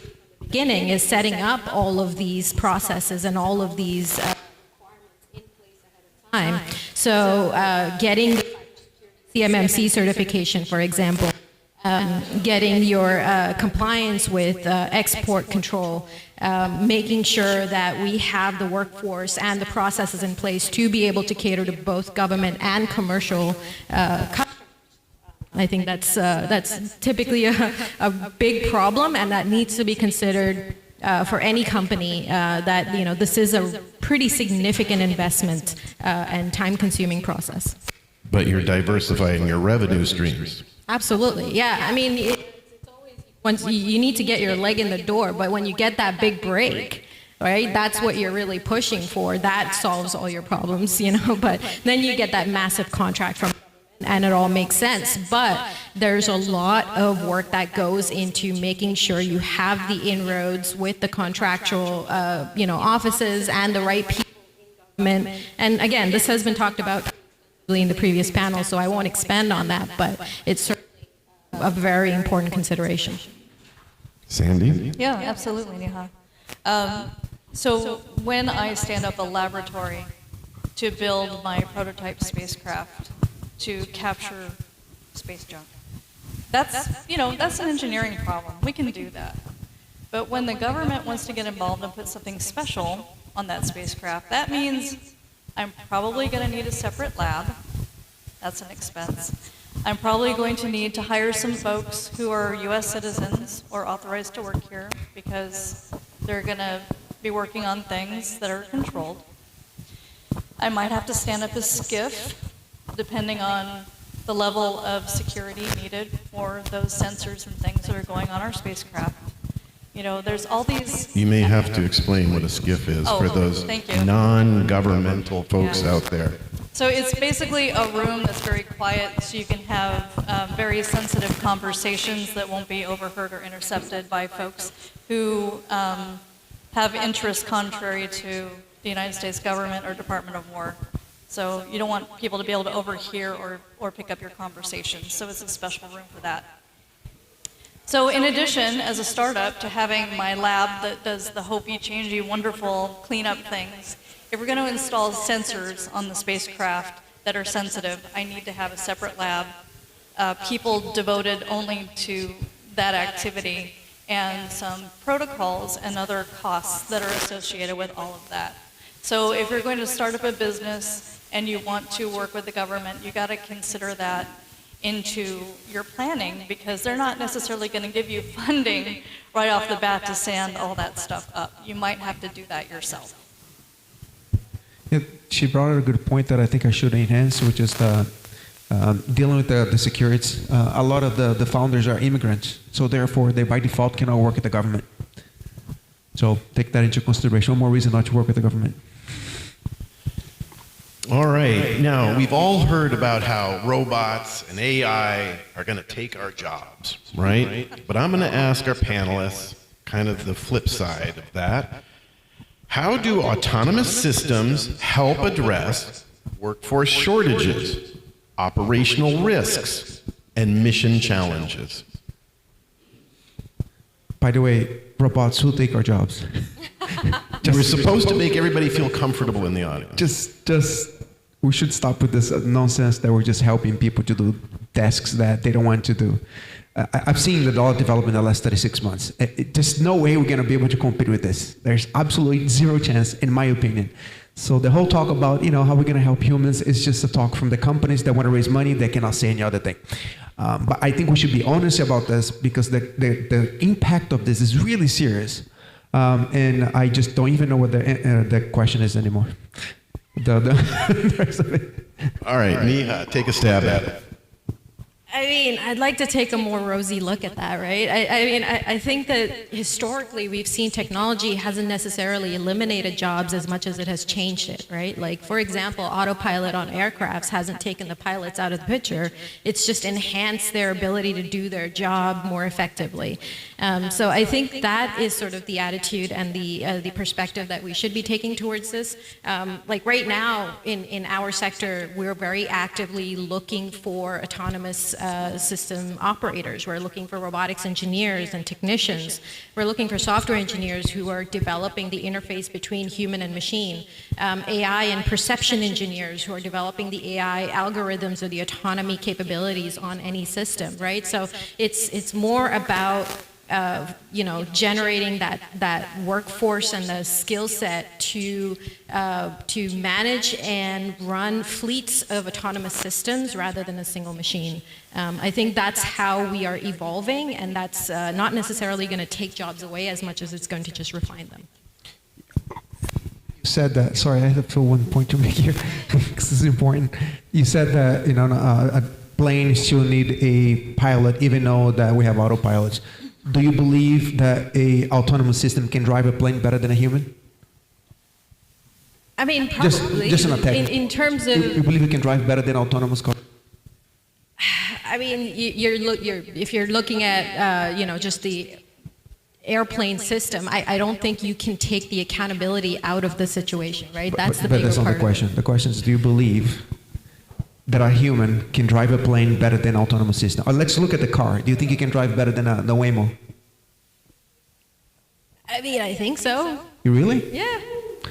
I'm still not convinced, right? Like I don't think that there is a situation right now, until I am proven otherwise, that an autonomous system or AI can fully replace a human being and not have the consequences that we're also afraid of having, right? I mean, let's look at Waymo right now, right here in the city, right? Any single accident. I mean, I'm not dissing that technology at all. They've come a long way. They're doing a great job, and I've ridden Waymos myself a lot, and they're making the decision making that's happening on the edge is pretty intense. It's incredible.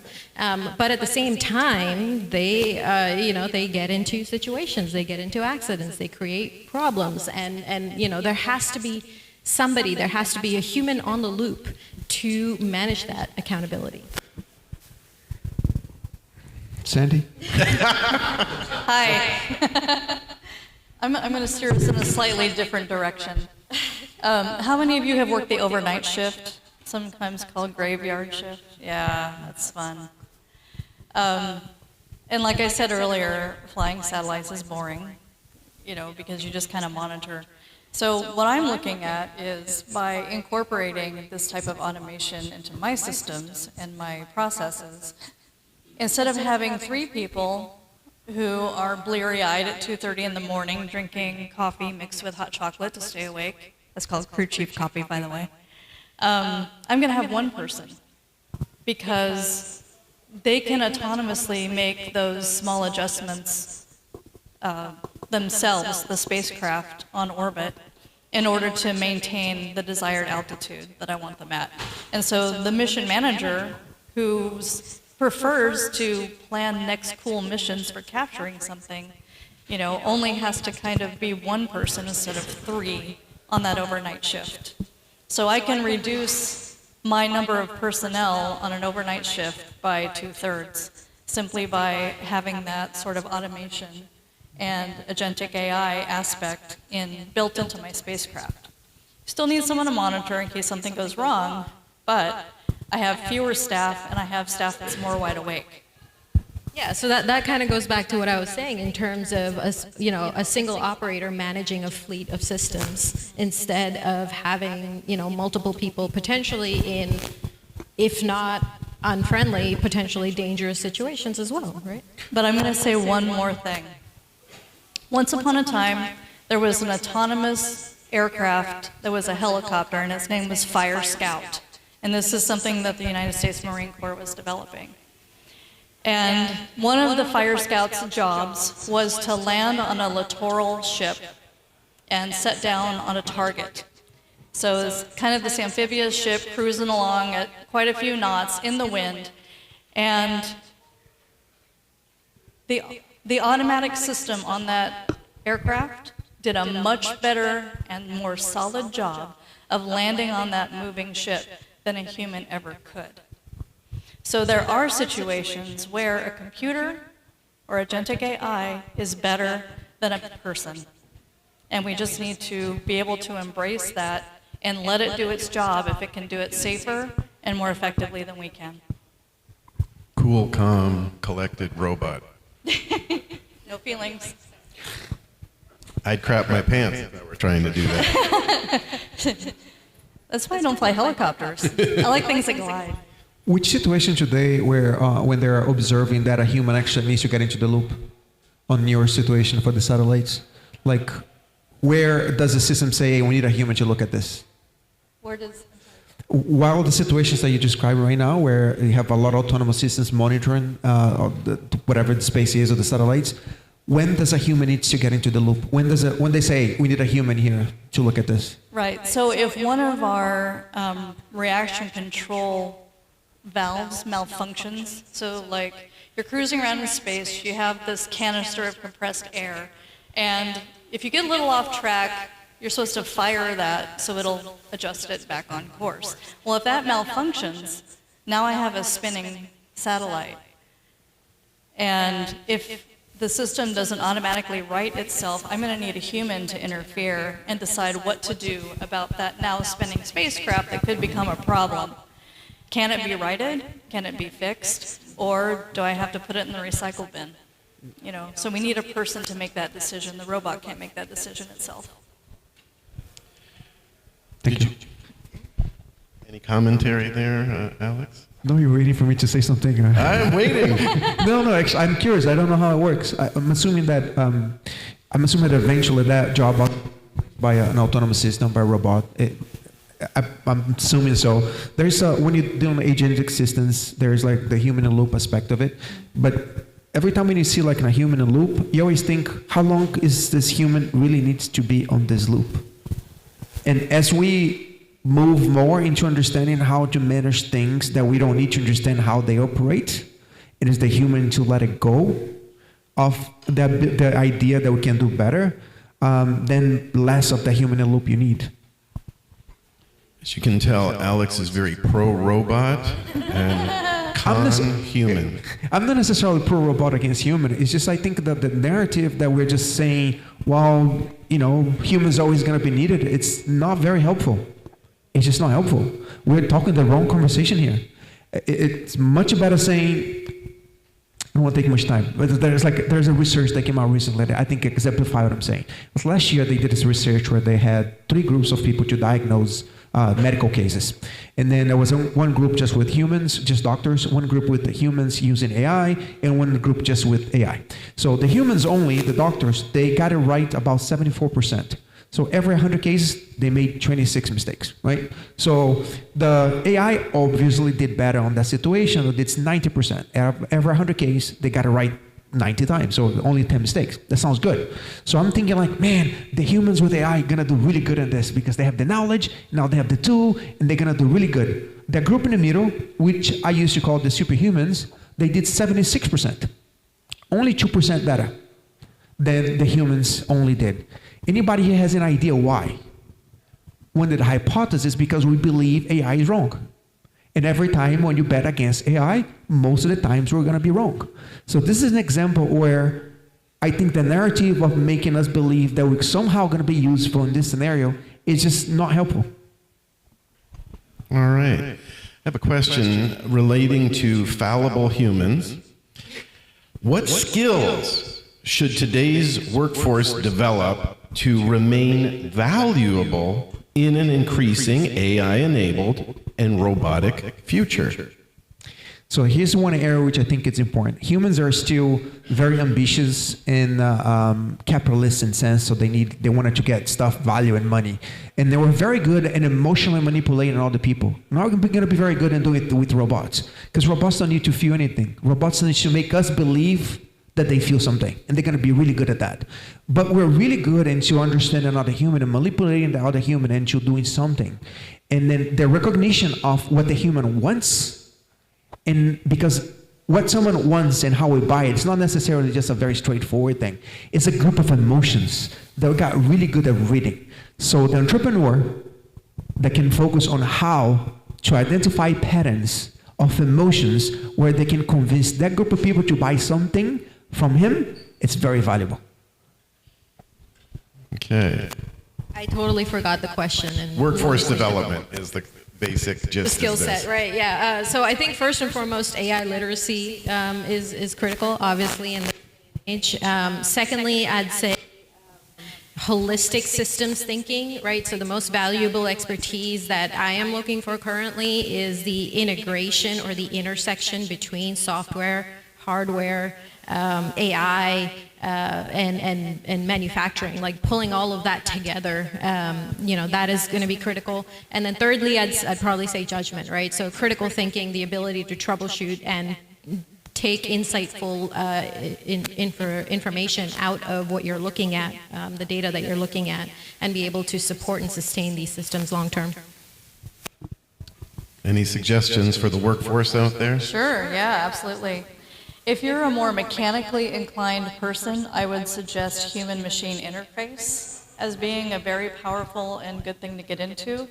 If you're more of a geek and a software type person, definitely your software engineering degree, but supplement it with agentic AI and AI certificates is probably going to be the best thing that'll help you in the next 5 to 10 years.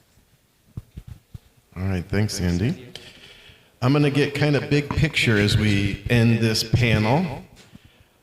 What breakthrough in robotics, human augmentation, wearable technology, AI, autonomous systems, etc., do you believe will have the greatest impact over the next decade? Big picture. Capacity of processing locally, because there's a lot of things we can still not do because we cannot process this thing locally on the machine fast enough. And then in the situations where we can process fast enough, we cannot keep it cool. So that's huge. And also battery. Those two things alone will pretty much frog-leap us from this stage where we're now to the next one. So battery tech, you're bullish on battery tech. Battery, we need battery. At least smaller batteries. It's not even bigger capacity, it's smaller batteries that can produce more output. What about grid-tied batteries? Grid-tied batteries. To be seen. To be seen, yeah. I agree with what Alex said for the first time. But yeah, I mean, definitely edge processing and battery technology is going to be huge. But I would go with a bigger picture in terms of collaborative autonomy, right? So systems that can work together in various mediums. We're looking at air, ground, marine, subsurface, even space, right? Systems that can create an ecosystem that talk to each other, can create that can share information, that can work on combined goals, and that can create a common operating picture. I think that's going to be a very key advancement in our technology.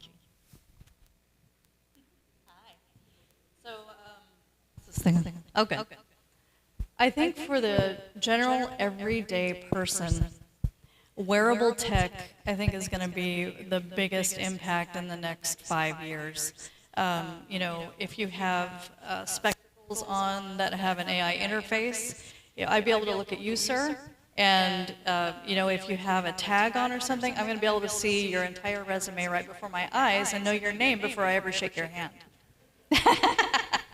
So I think wearable tech, especially like in health industry and stuff like that, is going to be very important. And for the warfighter, we already have heads-up displays, but I think an augmentation with an air-gapped AI system will also really help folks like pilots and people who operate big machines to have that extra interface that gives them information about their battle space. So that's what I'm thinking is going to be impactful.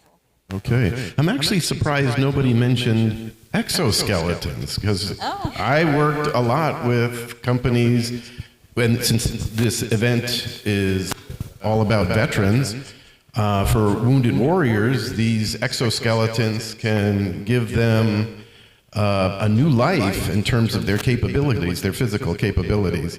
And then also these exoskeletons, and you've seen them in, Aliens and what have you. That's a reality today in terms of mission, actually using exoskeletons to accomplish certain tasks.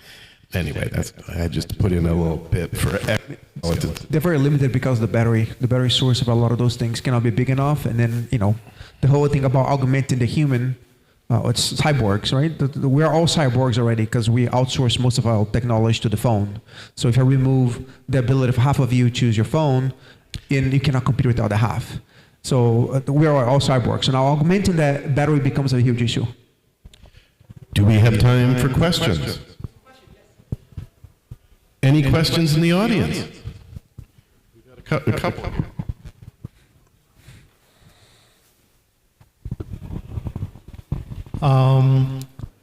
Well, I think I'm probably going to amplify what Alex has just mentioned, that the edge devices for fast-moving robots is critical.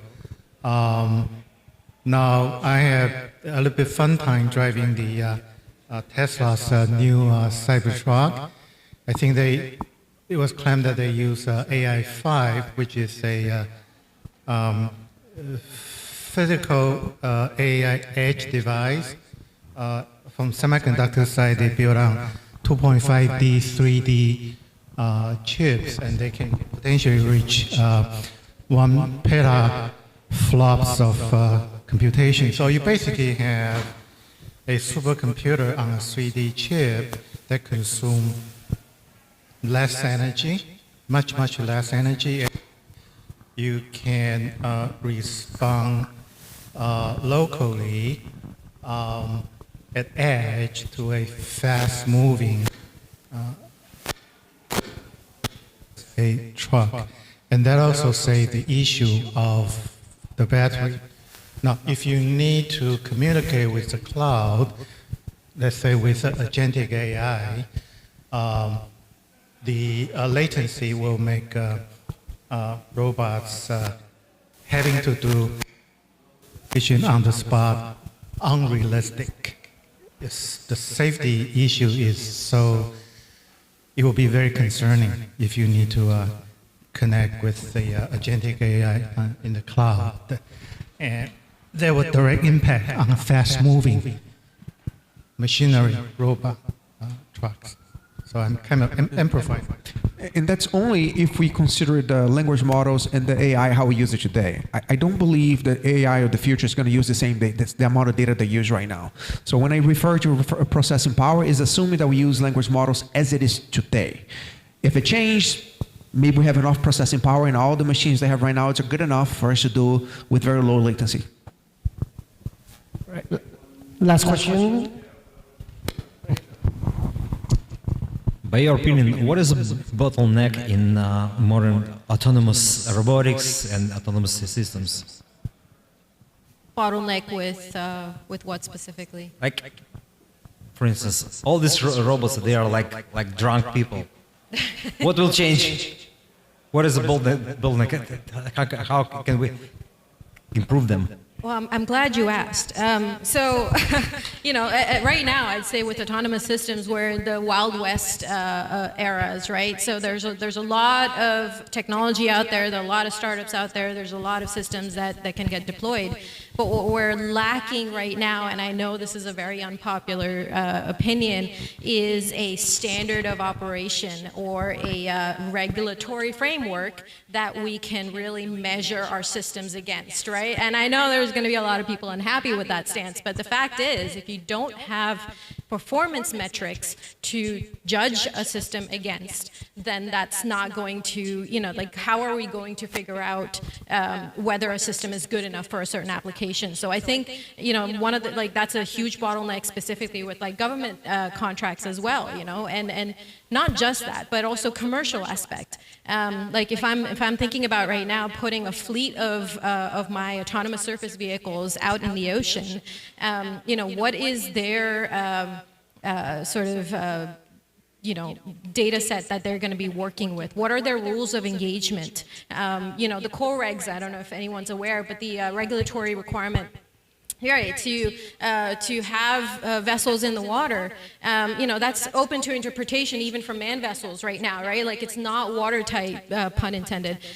So, how do you do that with autonomous vehicles? You can create infinite if-then loops in your algorithm to create these complex behavioral patterns, but you're always going to find those edge cases where it doesn't quite perform the way you want it to. So I think we need to have that system or that framework that these autonomous technology can fit into, and that we can understand how they're going to behave, because the large-scale implementation and adaptation of this technology is going to be limited without the trust from the public sector, and without the full the reliability of this technology. I actually summarize this into 5 or 6 bottlenecks: processing power, battery, material engineering, which takes from material engineering to production takes about 10 years, maybe 7 in China. Then you have data collection, which if we keep using language models right now, the interaction of humans, we don't have that data, so internet and simulation does not work very well. And the 5th one, believe it or not, it is we don't have enough humans working on this area. Actuators goes into material engineering. Actuators is a lot of material engineering problem. It's a mechanical engineering problem. And then that's a lot of people moving to those things in-house. But those is one of the things that eventually I think is going to be just a commodity. And then to her point, the standards in the humanoid side, for example, there's no standards to build this. I think it's a very, very bad idea for people to be importing humanoids for the military aspect of it. I think it's a very bad idea. I just don't think we should be importing humanoids, just throwing out there, because every time we do that, you bring soldiers into your own country. I think every country should be building your own. And then for that, there's no world standard for you to build your own. It would be really nice if we had open source standards with standards actuators with the best we can. And each country can develop your own version of it. There's no such a thing. And I want to give one more quick perspective on bottlenecks.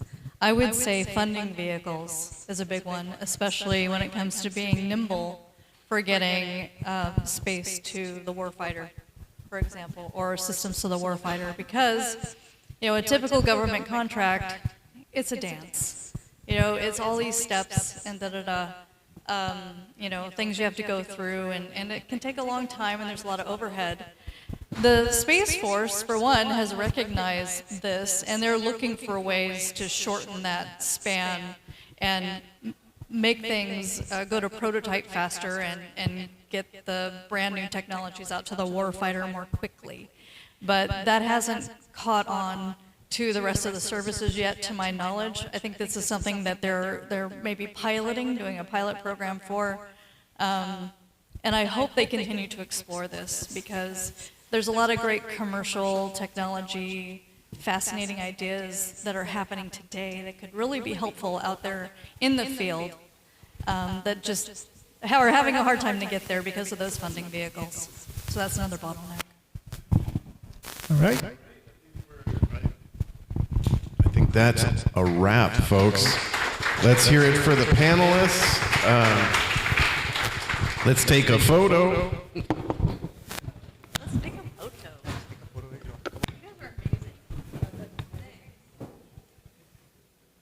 Thank you.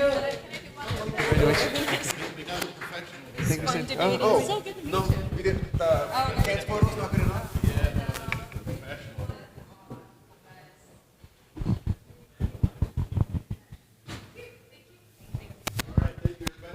All right, thank you. We are just getting towards the end of the day. Thank you so much.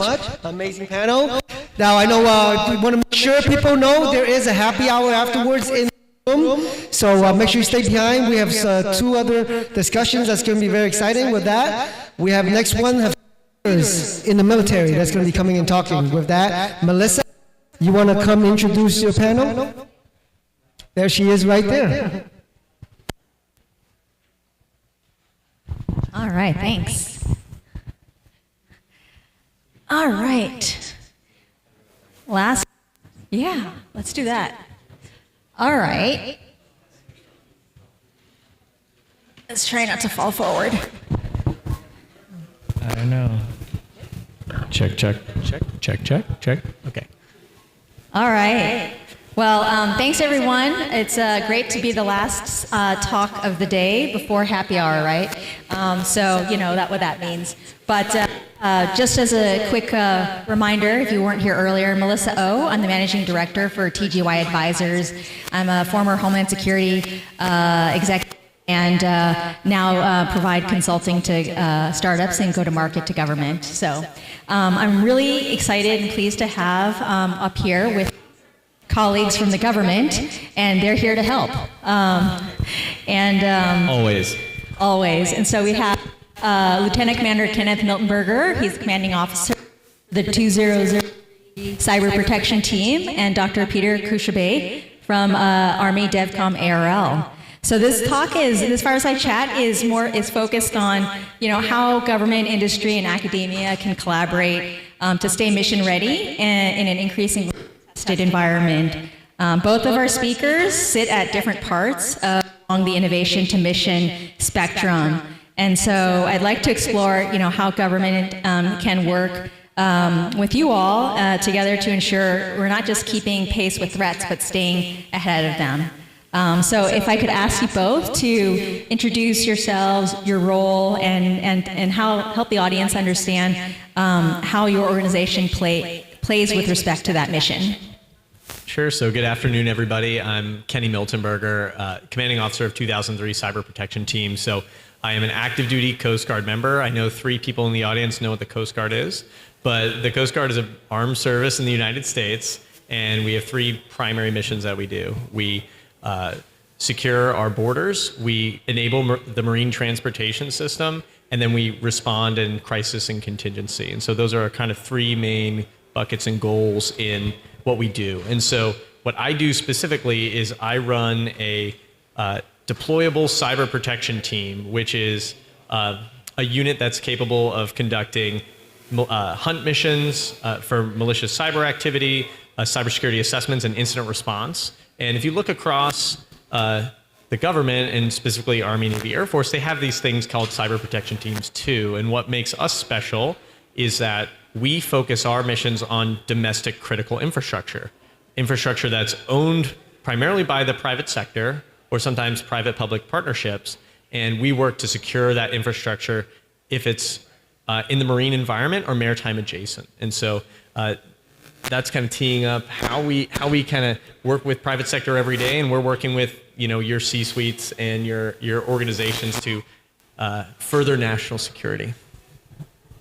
Hi everyone, I'm Pete Kushabe. I am the regional lead for our DevCom Army Research Lab across the West Coast. My background is I have a PhD in computational cognitive science, and the whole time I've been about a decade and a half with the Army Research Lab. It's been on the West Coast, initially with our university-affiliated research centers. There are 2 in the state of California, in Southern California. So I spent the majority of my career down there. Been back up here in Northern California for about a year and a half. So as regional lead, I sit within DevCom ARL's Research Business Directorate, and within RBD, what I do is science integration across the nexus of our lab with our academic and industry partners. And so earlier this afternoon, I spoke about one of the special initiatives within the Army called the X-Tech program. And so it's an example of how we engage with the broader kind of innovation ecosystem across the country. And so the Army Research Lab has about 1,100 people. We're doing the fundamental science and engineering either within the lab at our headquarters in Maryland, and over the last 10 years, we've really borne out this regional model where alongside academic and ever more so industry partners, we're co-developing and being complementary to what folks out in the places like Silicon Valley are doing to really improve national security and keep pace with our near peers. So it's great to be here alongside our friends from the Coast Guard and others. No friendly competition or anything like earlier. They're too nice. Picking up on that. Okay. Well, I wanted to double click on what you were talking about, Pete, about the Army X-Tech Prize. Can you tell us a little bit more about that and what that actually looks like for folks in the audience that might be interested? Sure. Yeah. So the impetus for standing up kind of a national presence for the lab back in 2016 with ARL West being one of the first sites was to really showcase academic partners what we do and who we are, so that we're elbow to elbow with the kind of top universities across the country. And so alongside that, as we had that regional expansion with trusted university partners, very quickly the Army started using prize authorities, and what that looked like was a low barrier of entry for founders and kind of us literally meeting them where we were. And so when the X-Tech prize competition started back in 2018, we had regional sites across the country where we would do these pitch competitions in places like LA and Chicago and Austin and Boston. And so since COVID, like everything else, it's moved to a kind of purely initially virtual showcase where it's still a very low. And so in this case, the prize competition that we're highlighting, that again is open until the 30th of June, 5 p.m. Eastern time. It's called X-Tech Inversion. There are a set of 16 patents that have been very curated for broader commercialization, where there's a request for innovators from across the country to propose with 5 pages or less commercialization plans for this set of 16 patents. And so kind of apropos to this Dual Tech Summit, many of the patents are just that. So autonomous water purification for wells that's relevant to military operations, but also can be very kind of broadly commercially and societally impactful. So there are 16 patents along those lines, and again, the initial entry is 5 pages or less, and so I know there were a lot of veterans or active duty folks within the community here, and for folks who are kind of deep tech founders and have that operational experience, I think that's that nuance that could make for a compelling submission to prize competitions like this. So the prizes are $20K for that initial down selection of the prize, and then an opportunity to pitch for even more prize money and potential opportunities to get SBIR awards beyond those prize competitions.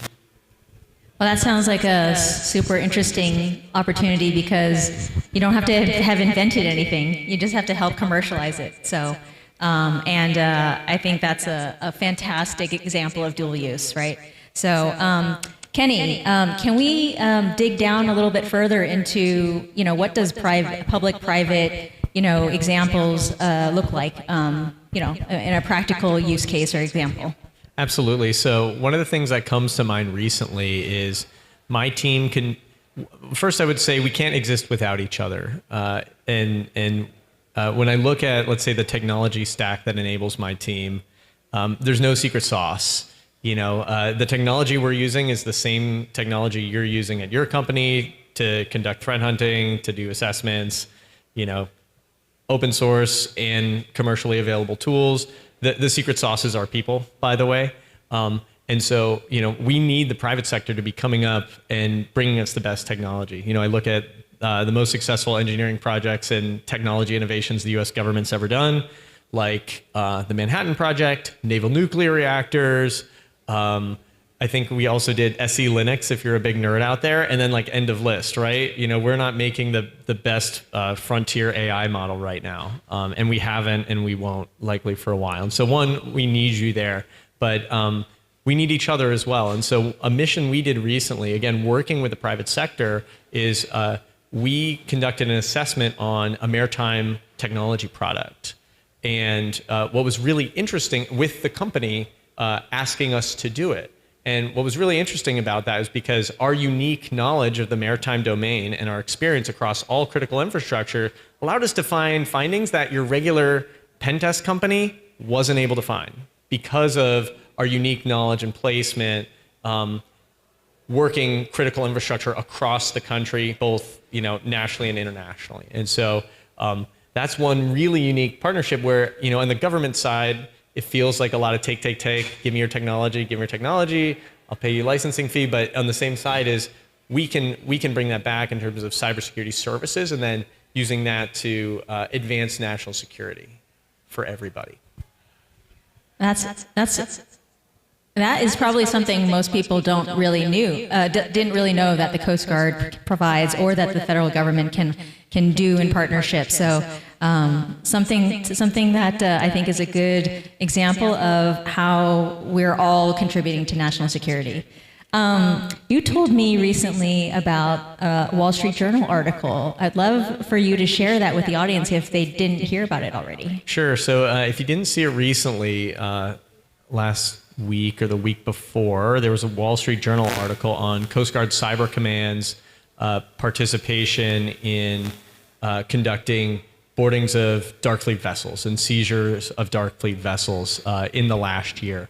What's a Dark Fleet vessel? So a Dark Fleet vessel is a vessel that is typically sanctioned by the United States or the greater international community that's transporting sanctioned oil, typically from like Iran or Venezuela or et cetera, et cetera. And recently, starting in December timeframe, the U.S. started interdicting and seizing these vessels. And so one of the key pieces of that was understanding that we now live in 2026, and a Dark Fleet tanker is old, but it's not that old. An old tanker, tankers don't have long lifespans, is around 10 to 15 years, and so a Dark Fleet tanker is 20 plus years. Well, that just means your tanker's running Windows Vista. You know what I mean? So, recognizing that the technology systems that enable these things, like an inert gas generator, so when you have 2 million barrels of crude on your ship, there tends to be space in those tanks, and you need to fill that space with inert gas so it doesn't explode. And so your inert gas generator is just part of your SCADA network that's connected to the rest of your ship. And so now we're putting Coastie crews on these ships, and we have no idea about the cybersecurity posture of these ships. And so we started employing our teams really in an expeditionary type model to understand the cybersecurity vulnerabilities and posture of these vessels and help actively secure them in cyberspace. And again, that's the piece of that, public-private collaboration as well, is like we don't have necessarily all the answers in terms of the technology we're bringing. We're adapting commercial tools and processes that are born in the private sector and bringing those into missions on the absolute edge. And that's where I need that compute can't be in a cloud necessarily. That compute I need to bring with me. I need to be ready for kind of any environment to meet that mission. Yeah, that was a pretty scary article. If you hadn't seen it, please go take a look at it. To just imagine how old those systems are and how vulnerable they can be, and then what can a vulnerable tanker do in the wrong place, right? And it's our guy getting hoisted by the helicopter in that article as well. Yeah, you're somebody you know. Oh, yeah, it works for me. Yeah. So, Pete, do you have something as juicy to tell us about? Something interesting? I think today I was reading news bites that come out every day for us, and one of the things that surprised me was a lot of people around here wear Patagonia vests, and there was an acknowledgement on the Patagonia blog that in the 1980s, when the Army was searching for an alternative to kind of down within various types of sleeping bags or other things people would wear to stay warm, but isn't resistant to weather conditions, that path towards synthetic polyester, essentially stuffings, was in the 80s set the stage for companies like Patagonia and their sustainability. So not as juicy, but kind of cross-cutting. But one of the things I think that's less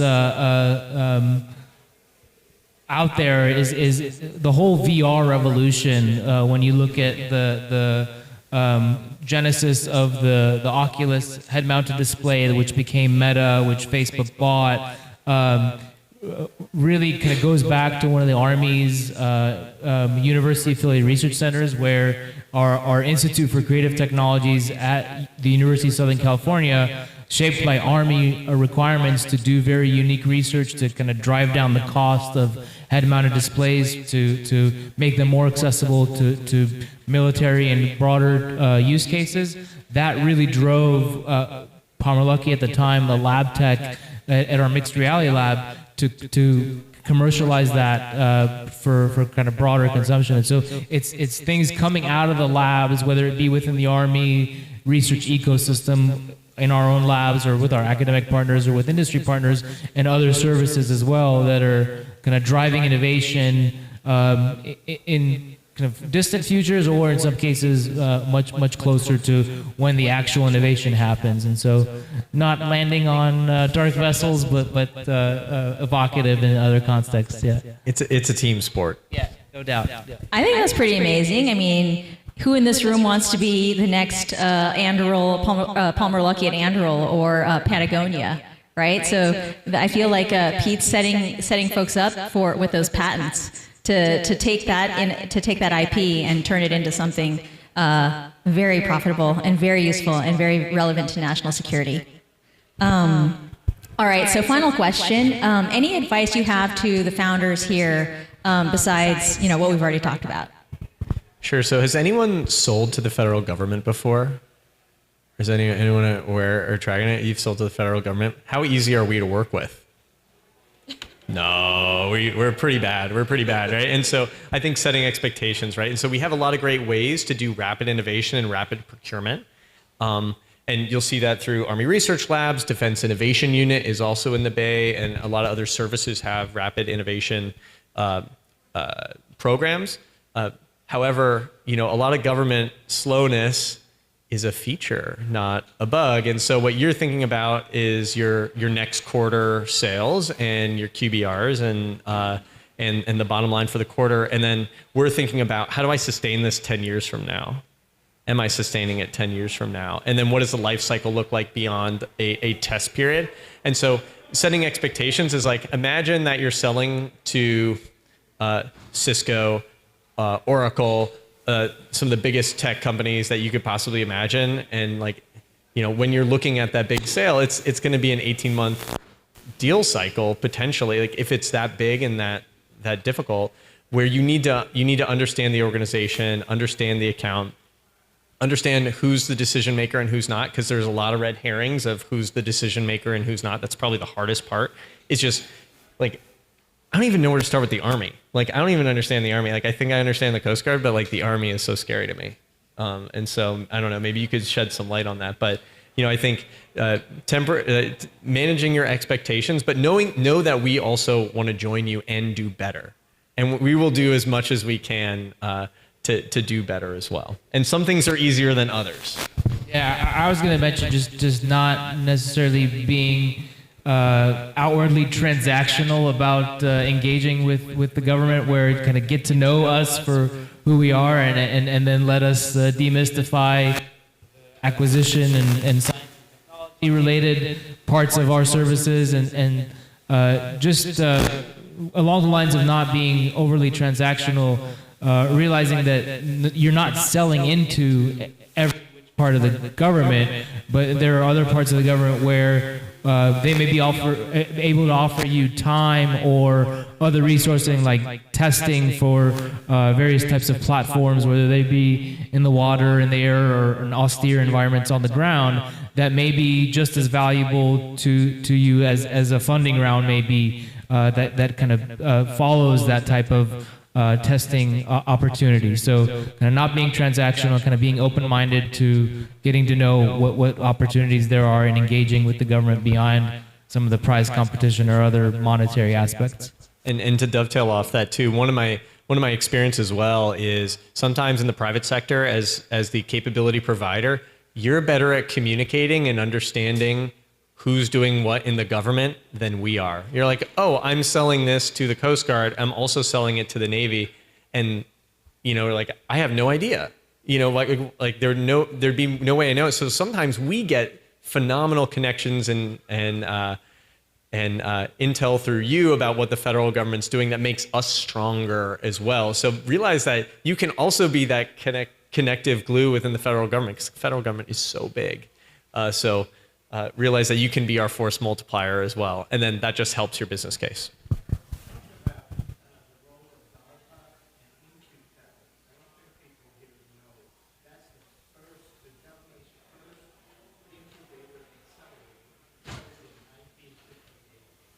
So In-Q-Tel and DARPA, I'm not qualified to discuss that because I don't have enough background on it, but I know it's very awesome. I don't know if anyone... Yeah, so just for folks that aren't familiar, DARPA is the Defense Advanced Research Projects Agency. They've done a lot of moonshot projects, a lot of things that you see and use now have come from that. I think some of the biggest autonomous projects started from there.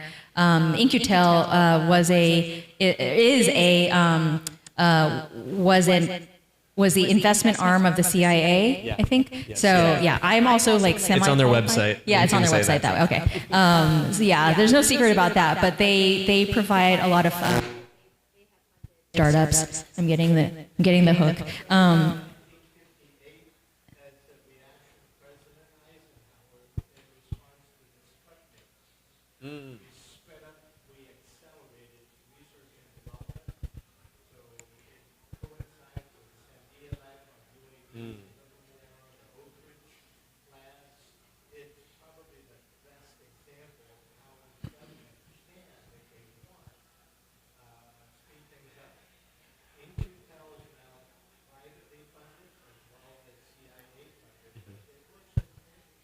And I know that they actually receive funding from many agencies, including that provide funding to for work programs and pilot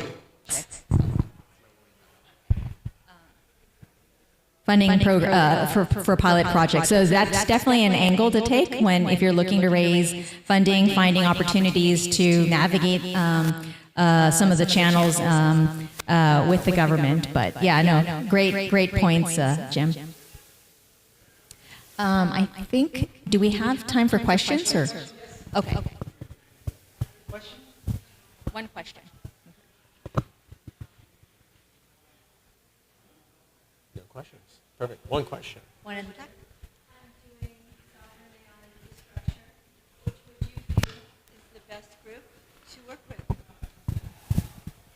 Who's the best group to work with? The Army and I have advisors from DARPA, but I'm asking you guys, I came here to see your feedback for me.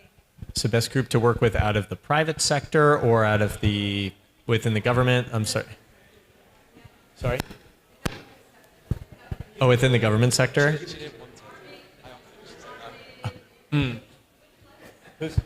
Who's the best to work with? So, you know, my wife is in tech sales, and she's worked across the federal government, specifically civilian agencies and the Coast Guard. So, like, I feel uniquely positioned to comment on that, and I can say it's not the Coast Guard. She hates us. But you know, I would say, like, working through DIU and those faster and those kind of rapid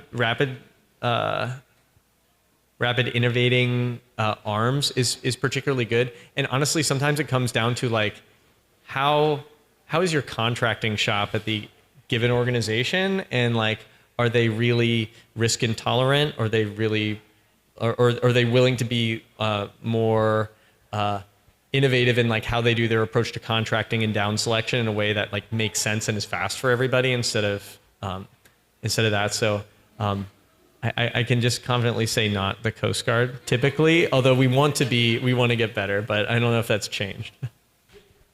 Okay. Yeah.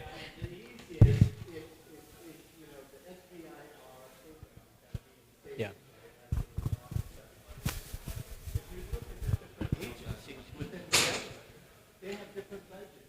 Mm-hmm.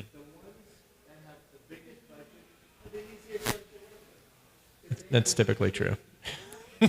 Yeah, so Department of Defense, for example, they've been pumping out SBIRs every first Wednesday of the month. Many of the services, Air Force, Army, Navy's had a lot that they put out. I'm not sure specific to sovereign AI infrastructure, so maybe just take a look at each of those if you're looking at the SBIR program.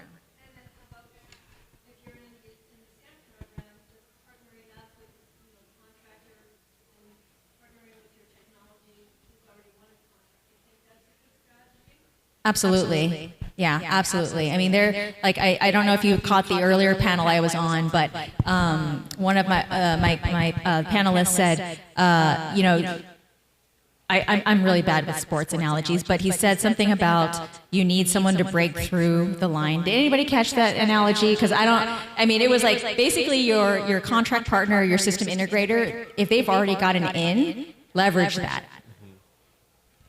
Great. Thank you, Melissa, Kenneth, and Peter. Thank you for the great presentation. We're just about wrapping up. So real quick, I want to have Ovo come up and do a quick 3-minute presentation. And let me get that quick picture right here.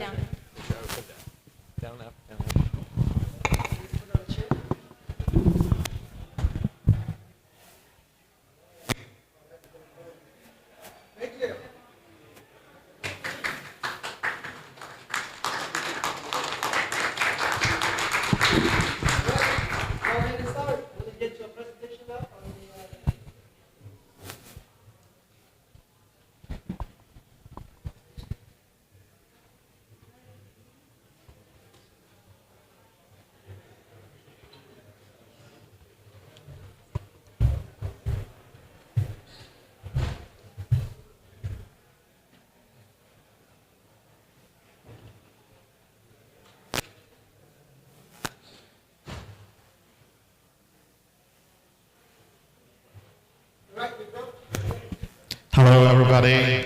Thank you for being here. My name is Khurram Hussain. I'm CEO and founder of OWL.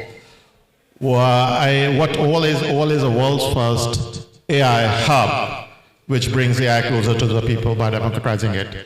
What it does, it's a first AI on the edge solution, which brings hardware and software together for vision AI, IoT, and the future for large language models as well.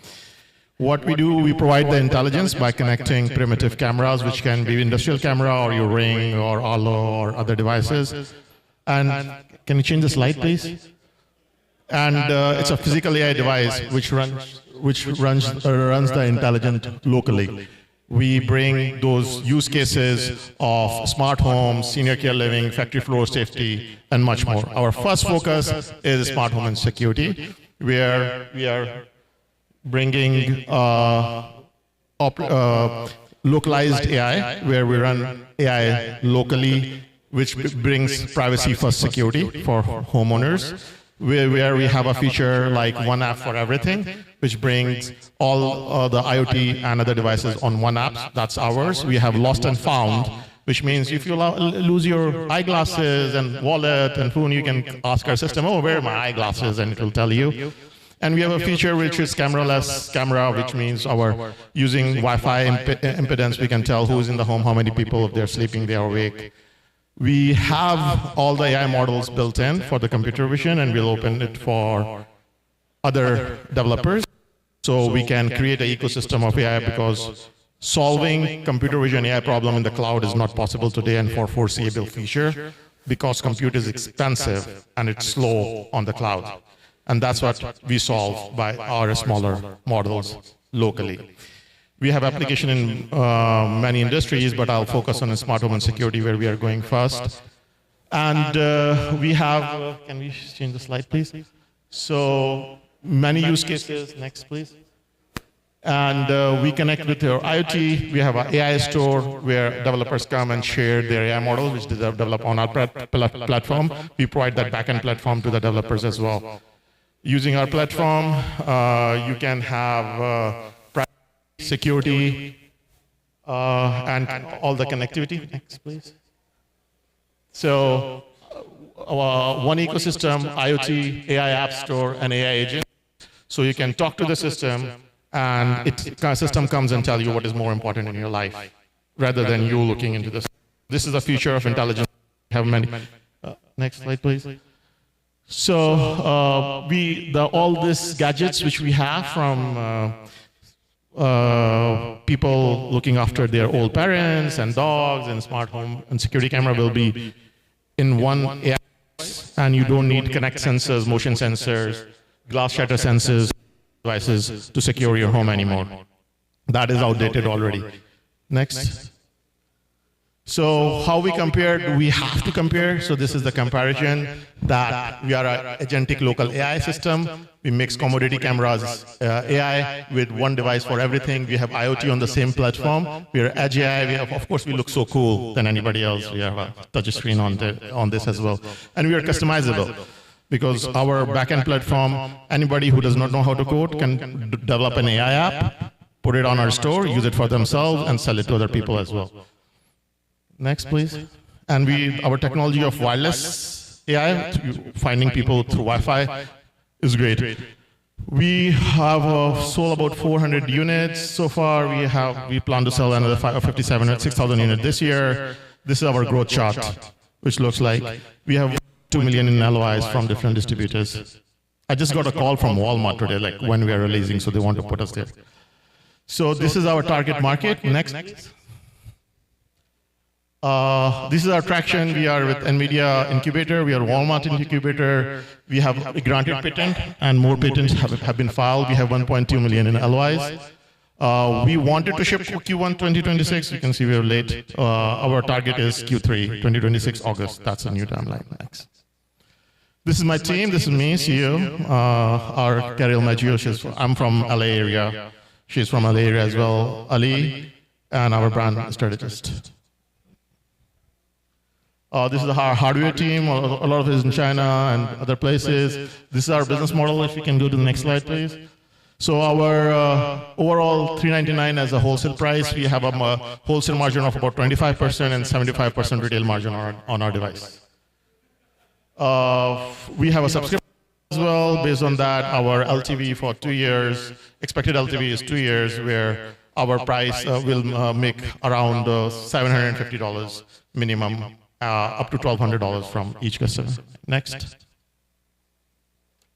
We have LOIs from Japan. People love us in Japan. We are launching there first along with the US. We have D2C. We do have some partnerships going on with multi-family homes, senior care living, which are in very infancy stages. We are a small startup. So next, please. So we are beyond. We have new product visions, but right now we are focusing on 2026, delivering to customers. About 400 customers who have already bought us, and we have launched a new campaign, marketing campaign. More people will pre-order, so we want to deliver them first. This is our mode. This is our patent, which have been granted to us. We have 3-in-1 device. We have AI App Store, which is a new concept, and we hope that catches up like a mobile app. Apple App Store in the future.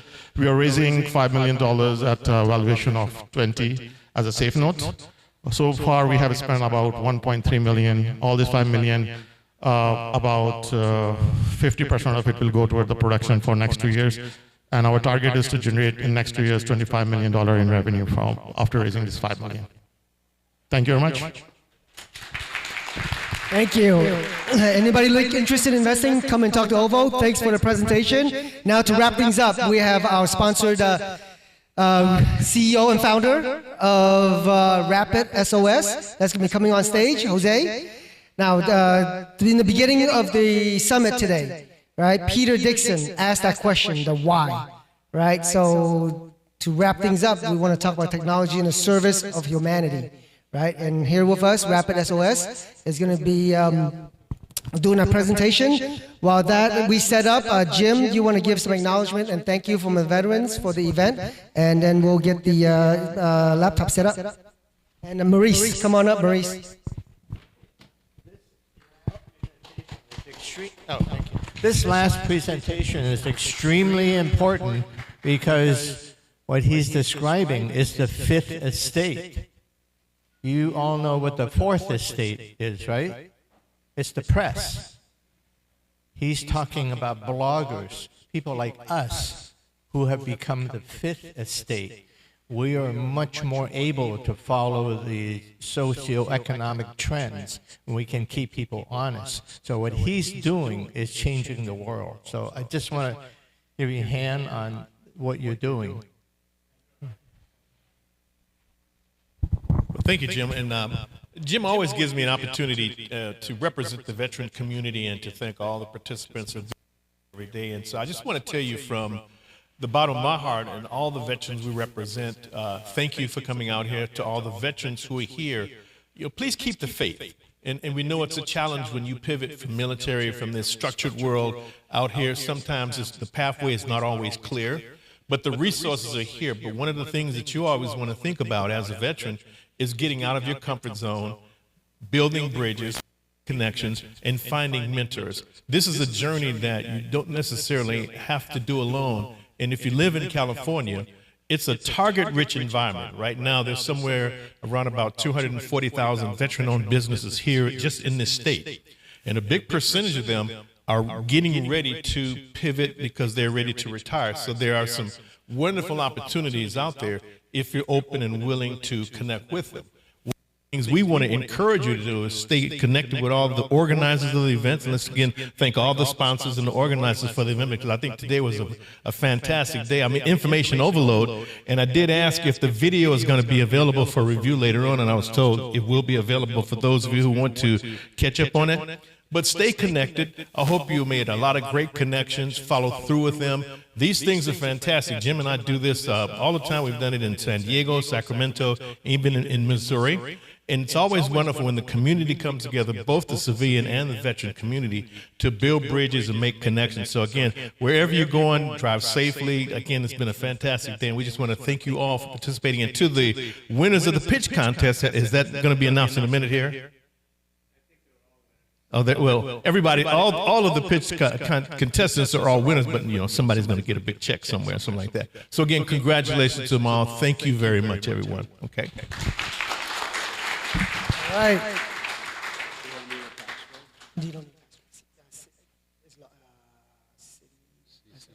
Yeah, it's your loud.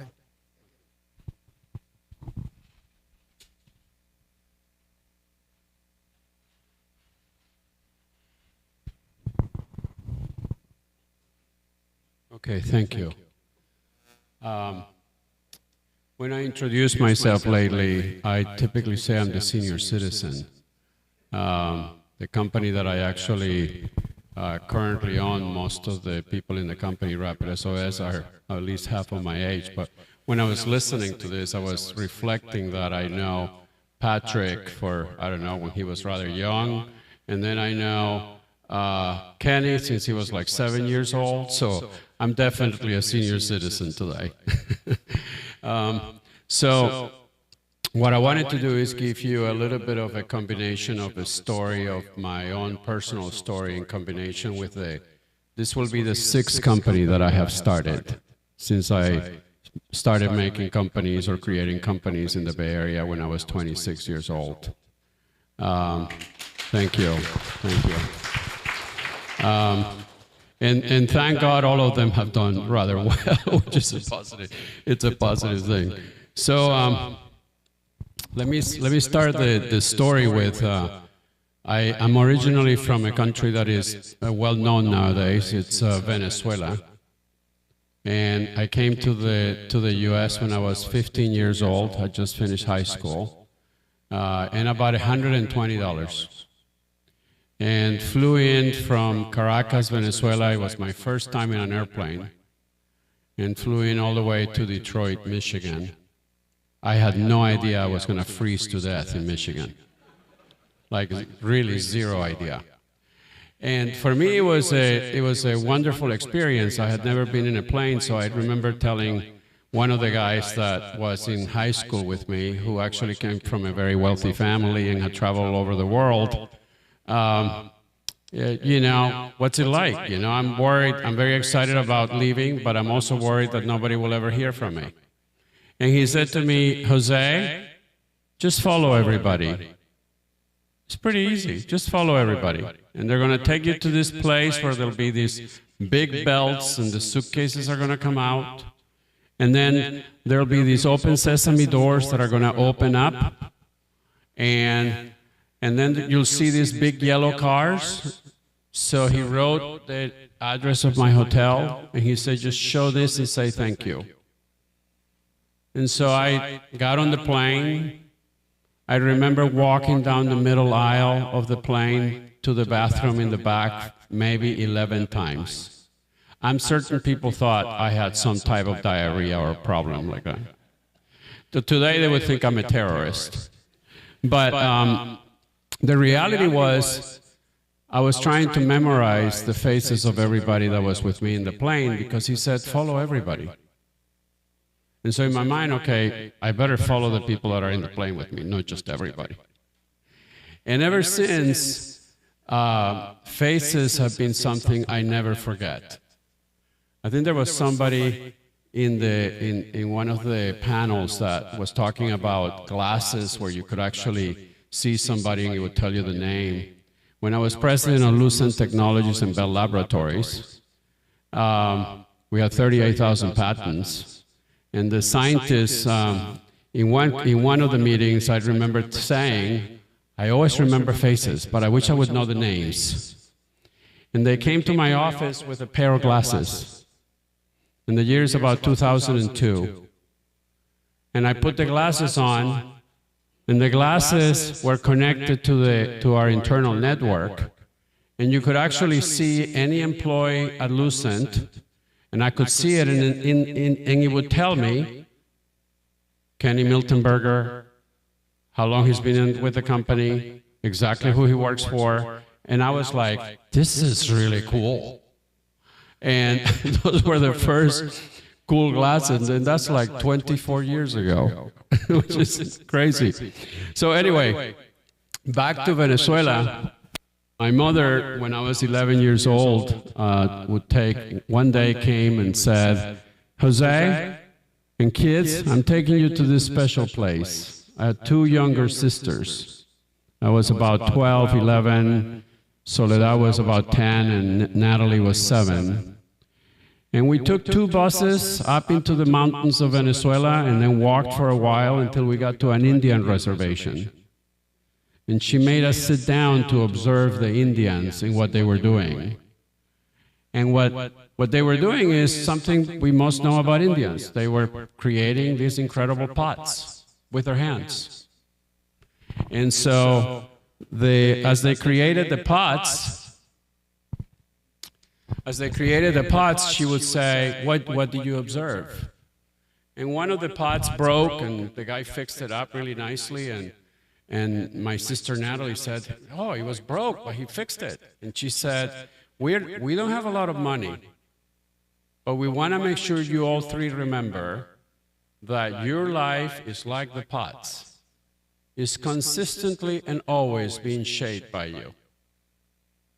Over my lifetime, I've gone through a tremendous number of crises. When I came to the US and I had $120, I didn't realize that actually was going to be not too much money. And so I remember working 5 jobs, I think every weekend, every lunch, every dinner. I remember eating pasta and Parmesan cheese for maybe 4 or 5 months because it was so cheap. And so all of these crises are tremendously important in growing businesses. Similarly important in growing humans. A crisis actually, if well led and well managed, creates a phenomenal culture and a phenomenal business. There's not a single startup that I have ran or been a part of in which we did not have significant crises. And I'm going to talk a little bit about them in a minute. So, anyway, let me just move on. The other thing that's a really important learning for me is the concept of networking, and particularly networking with people that you believe you can trust and they can trust you. When I graduated, we didn't have many startups, and so if we got a job with an IBM or a General Electric, that was like a big deal. My job was with IBM. And at IBM, we shared offices. There were 6 engineers, and we were all sharing offices with each other. And the IBM decided to send us to Duke University to get our MBAs together. And so we all did, and we helped each other. This team was amazing. If I couldn't go, they would do my homework. They would tell me exactly what happened. We cared for each other. We watched for each other. And after now, almost 40-some years after, That team meets about every year and a half, and every member of that team has been amazingly successful. There's a lady who became general manager at Goldman Sachs. There's another lady who became CFO of General Electric. There's a guy who started one of the largest contract manufacturers in the world, Celestica. There is a guy who has been the head of Apple for many years, Tim Cook. And we would actually, we had no idea we were going to be that successful at that point in time. We just knew we were smart and that we would work hard. And so my suggestion to you is look for amazing people that you can trust, because they're going to help you on your path to great success. At one point in time, well, it'll come to me in a minute, but let me just first tell you. So that's actually the group. That's our group. We look rather young. I'm the third one from the left. And you can see Tim at the end over there.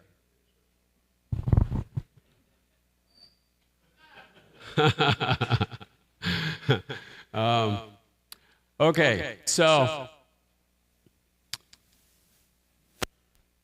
I decided to California the first time when I was about 26 years old. Two buddies of mine that went to school at the University of Michigan, which is where I got my engineering degree.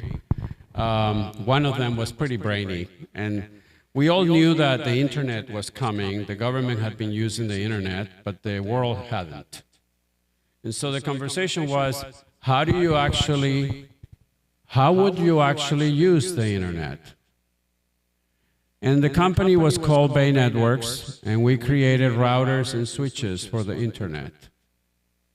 That company at the beginning was hard. We would go and tell people, we have this cool hardware. It's going to remind me of the guy that was before us, is telling us about all this cool stuff. And it's like, these people would look at us and like, you're nuts, right? Like, really? You want us to use your hardware for this?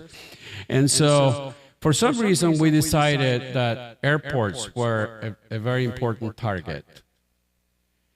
And JFK actually gave us our first trial. We were so excited. We had been 3 years into it. There were not a lot of, there was only one VC in the world, one venture capital company in the world. John Mumford, I still remember John. So we got the deal with Kennedy. 11 months later, we had 10 airports. And 9 years later, we had 22,000 employees. We had made the company public, and the company eventually was purchased by a company out of Canada called Nortel Networks. And it was Northern Telecom that changed their name to Nortel Networks when they bought Bay Networks. And I had been on the process of, the lead negotiator on behalf of Bay. And I had met people from Lucent Technologies and Nokia and all these places. They were very good at voice, not very good at data. So we were basically creating data networking. This is quite important, by the way, because the AI world could not, in fact, exist without all the work we did to create data networking. And so that drove me and brought me, so this is Kennedy, and we were all excited, we got the deal. And then that drove me to the decision of, I had an offer to go be president of this company called Lucent Technologies. And in the 90s, Lucent was like the Apple of the 90s. It was a cool place. Everybody wanted to work at Lucent. And place had Bell Laboratories, 38,000 patents. It was cool.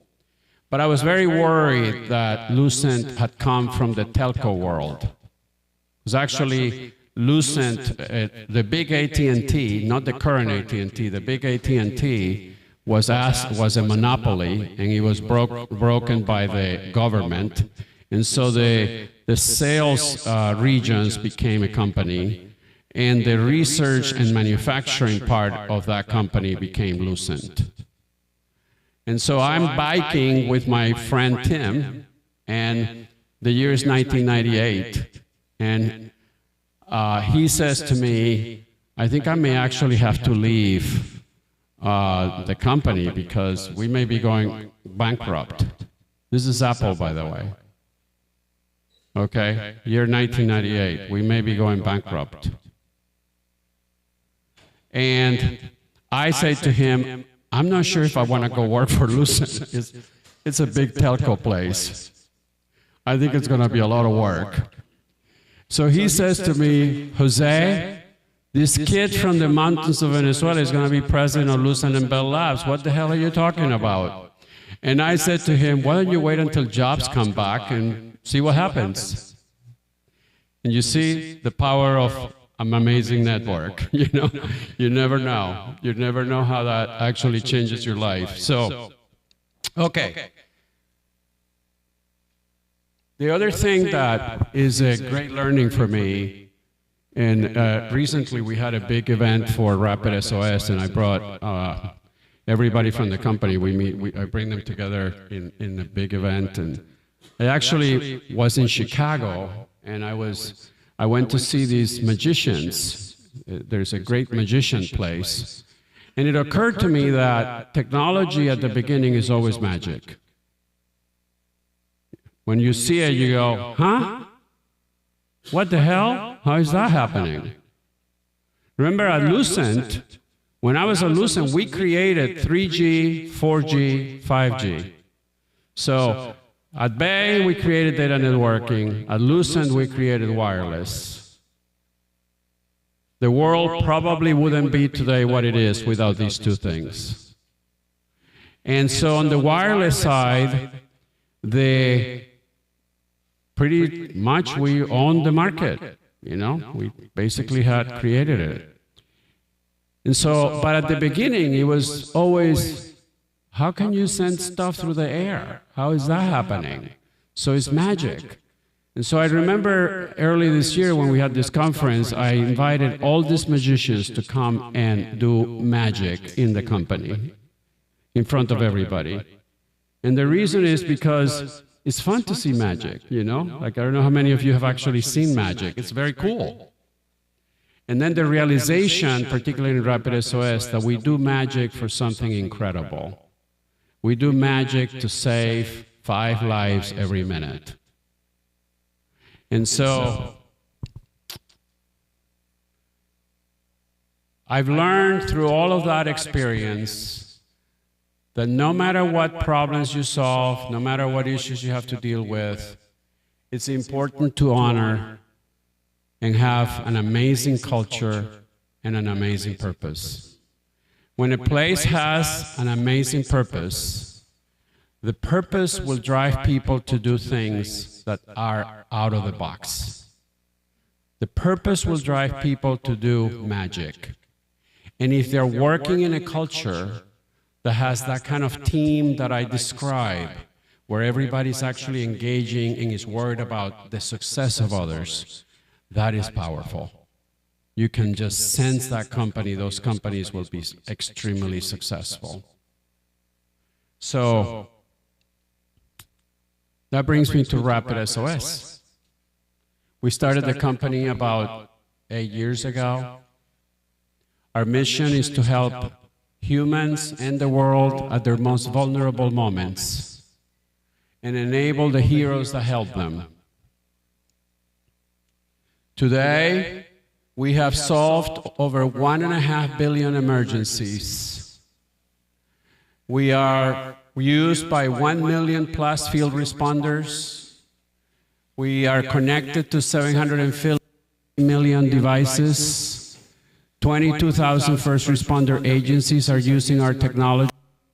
If any one of you, your friends, your families, anybody ever calls 911 or has an emergency, the moment you actually push 9 and 1, immediately, I know exactly where you are, I know exactly who you are, I know exactly what these first responders need to give you the most help. And that, when we started it, we were trying to solve 2 very simple questions. The emergency system in the entire world was set up for wireline communications. So if you remember, you had your phone in your home, it was wireline. So if you call from your home, they would know who you are, and they would know where you are. But as wireless became a big deal, and somebody called 911 from a wireless phone, the first two questions that a 911 operator would have to ask is, who are you and where are you? Now, if you're in an emergency, okay, seconds means a lot. And I'm spending time, and many times you don't even remember. Like, I don't know what my name is. I'm just dying, okay? And so we knew we could solve that problem with technology, which we did. And we went every emergency center by emergency center. In the US, there's 6,800 of them. Every one of them is independent. And we actually had to go and convince software, which they did. And I have to tell you, when I was at Lucent, the lawyers would tell me, Jose, don't touch people. Don't touch people, because they're worried that we will get sued. At Rapid SOS, I go visit the 911 centers, or when I go visit these customers of ours, they hug me. Like, seriously, this is one of the greatest of all my companies. They hug me. It's phenomenal. So, we're now going to watch a few videos. Hopefully this will work. My computer is running out of battery, so. Today was a great day for us. We actually launched this. We did a little bit of a logo change, but it tells you exactly what we've been creating.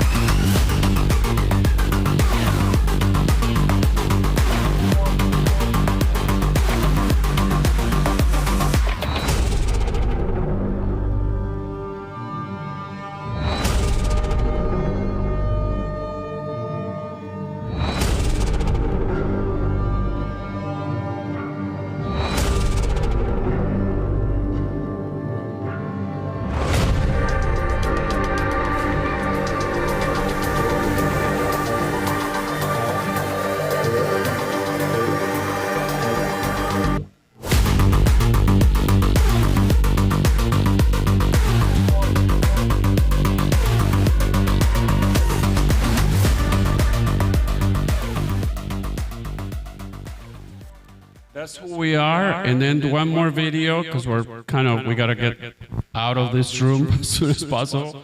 So let's see, we're going to do one more, I believe. Let's see, where is it? Yeah, this one.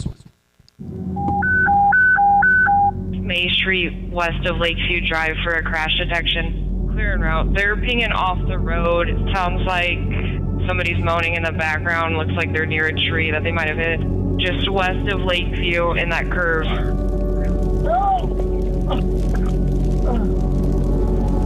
Units responding to May, just updating. I can hear somebody say, help me.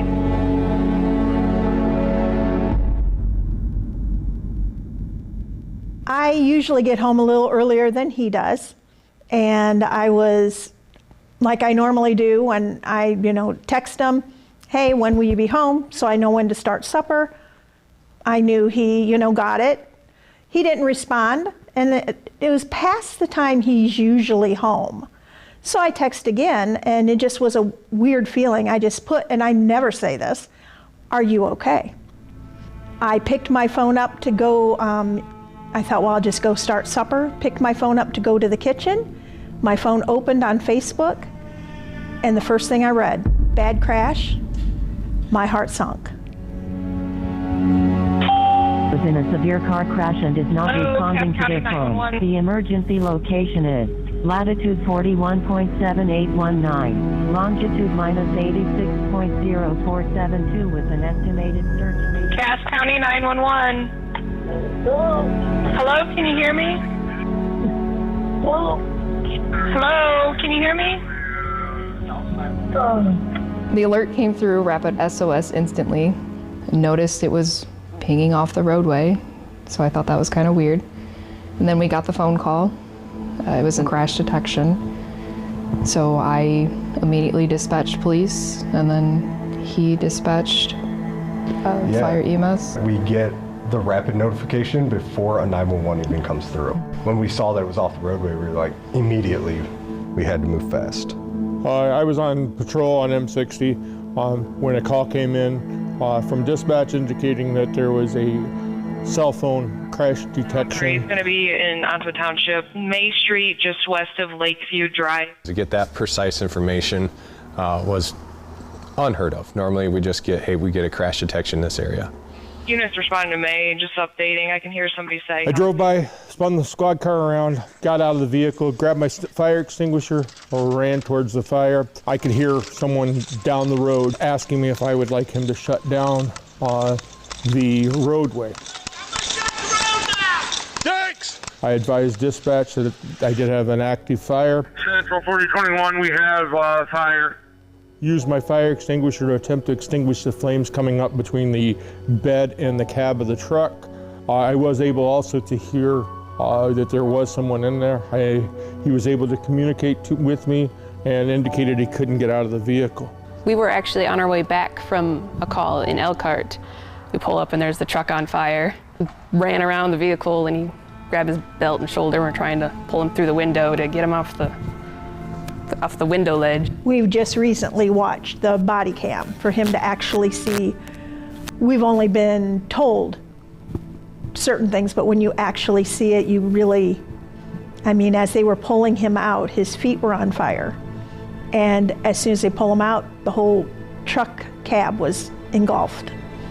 It happened that fast. That fast, and just seconds, he would have been gone.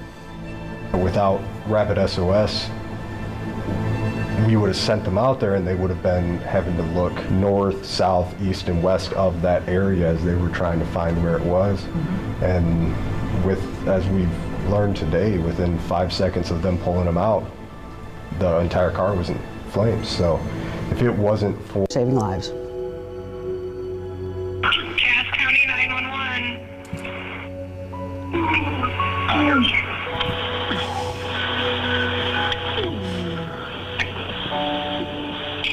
Just went above and beyond, which I'm sure just not for me, for all the calls they field. They say it's just a job, or that's their job, but to me it's more than that. We are just so grateful.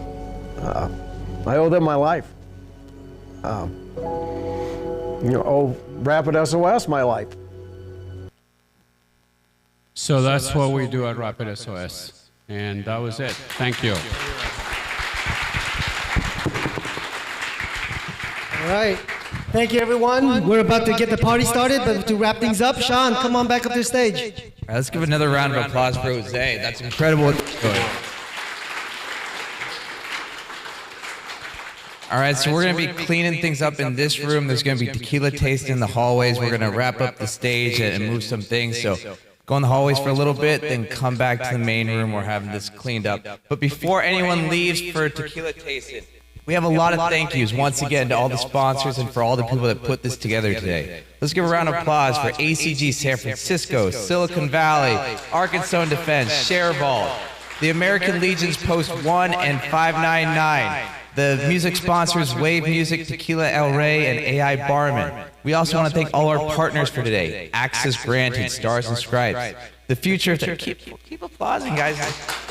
Off-Chain Global, Orbis 86, Brand PR, Fun and Breakthrough Labs, The Mentoring Club, Tesla, A5IO, Cloud Camp, National Veterans, Transition Servicing, Data Curve, Pharma's Consulting Group, TJY Advisors, Circuit Launch Founder & Co., Benson Tech, Cole Freeman, and then we also have all our media sponsors, ServiceNow, OKR, Bitcoin World, various others. The pitch judges today. We had John Gibson, Candace Wu, Christopher Floyd, Jim Lockheed, Maurice Wilson, Catherine Webster, and the core team that put this together. Jim, stand up. Melissa, stand up. Everyone, come on, Jim. Jim, stand up. Melissa, stand up. John, stand up. Cynthia Carlson.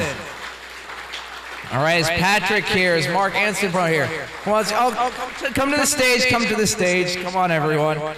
And more than anything, we got to thank Ken Dim. Ken, come on, stand. And Sonia, who, even with a broken foot, was here this whole day. Let's give her a round of applause, people.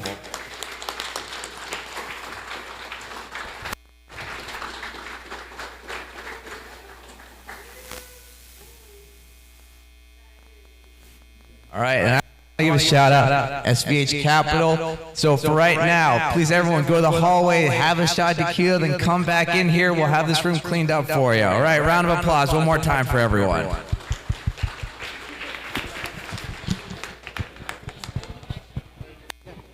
I'll get back.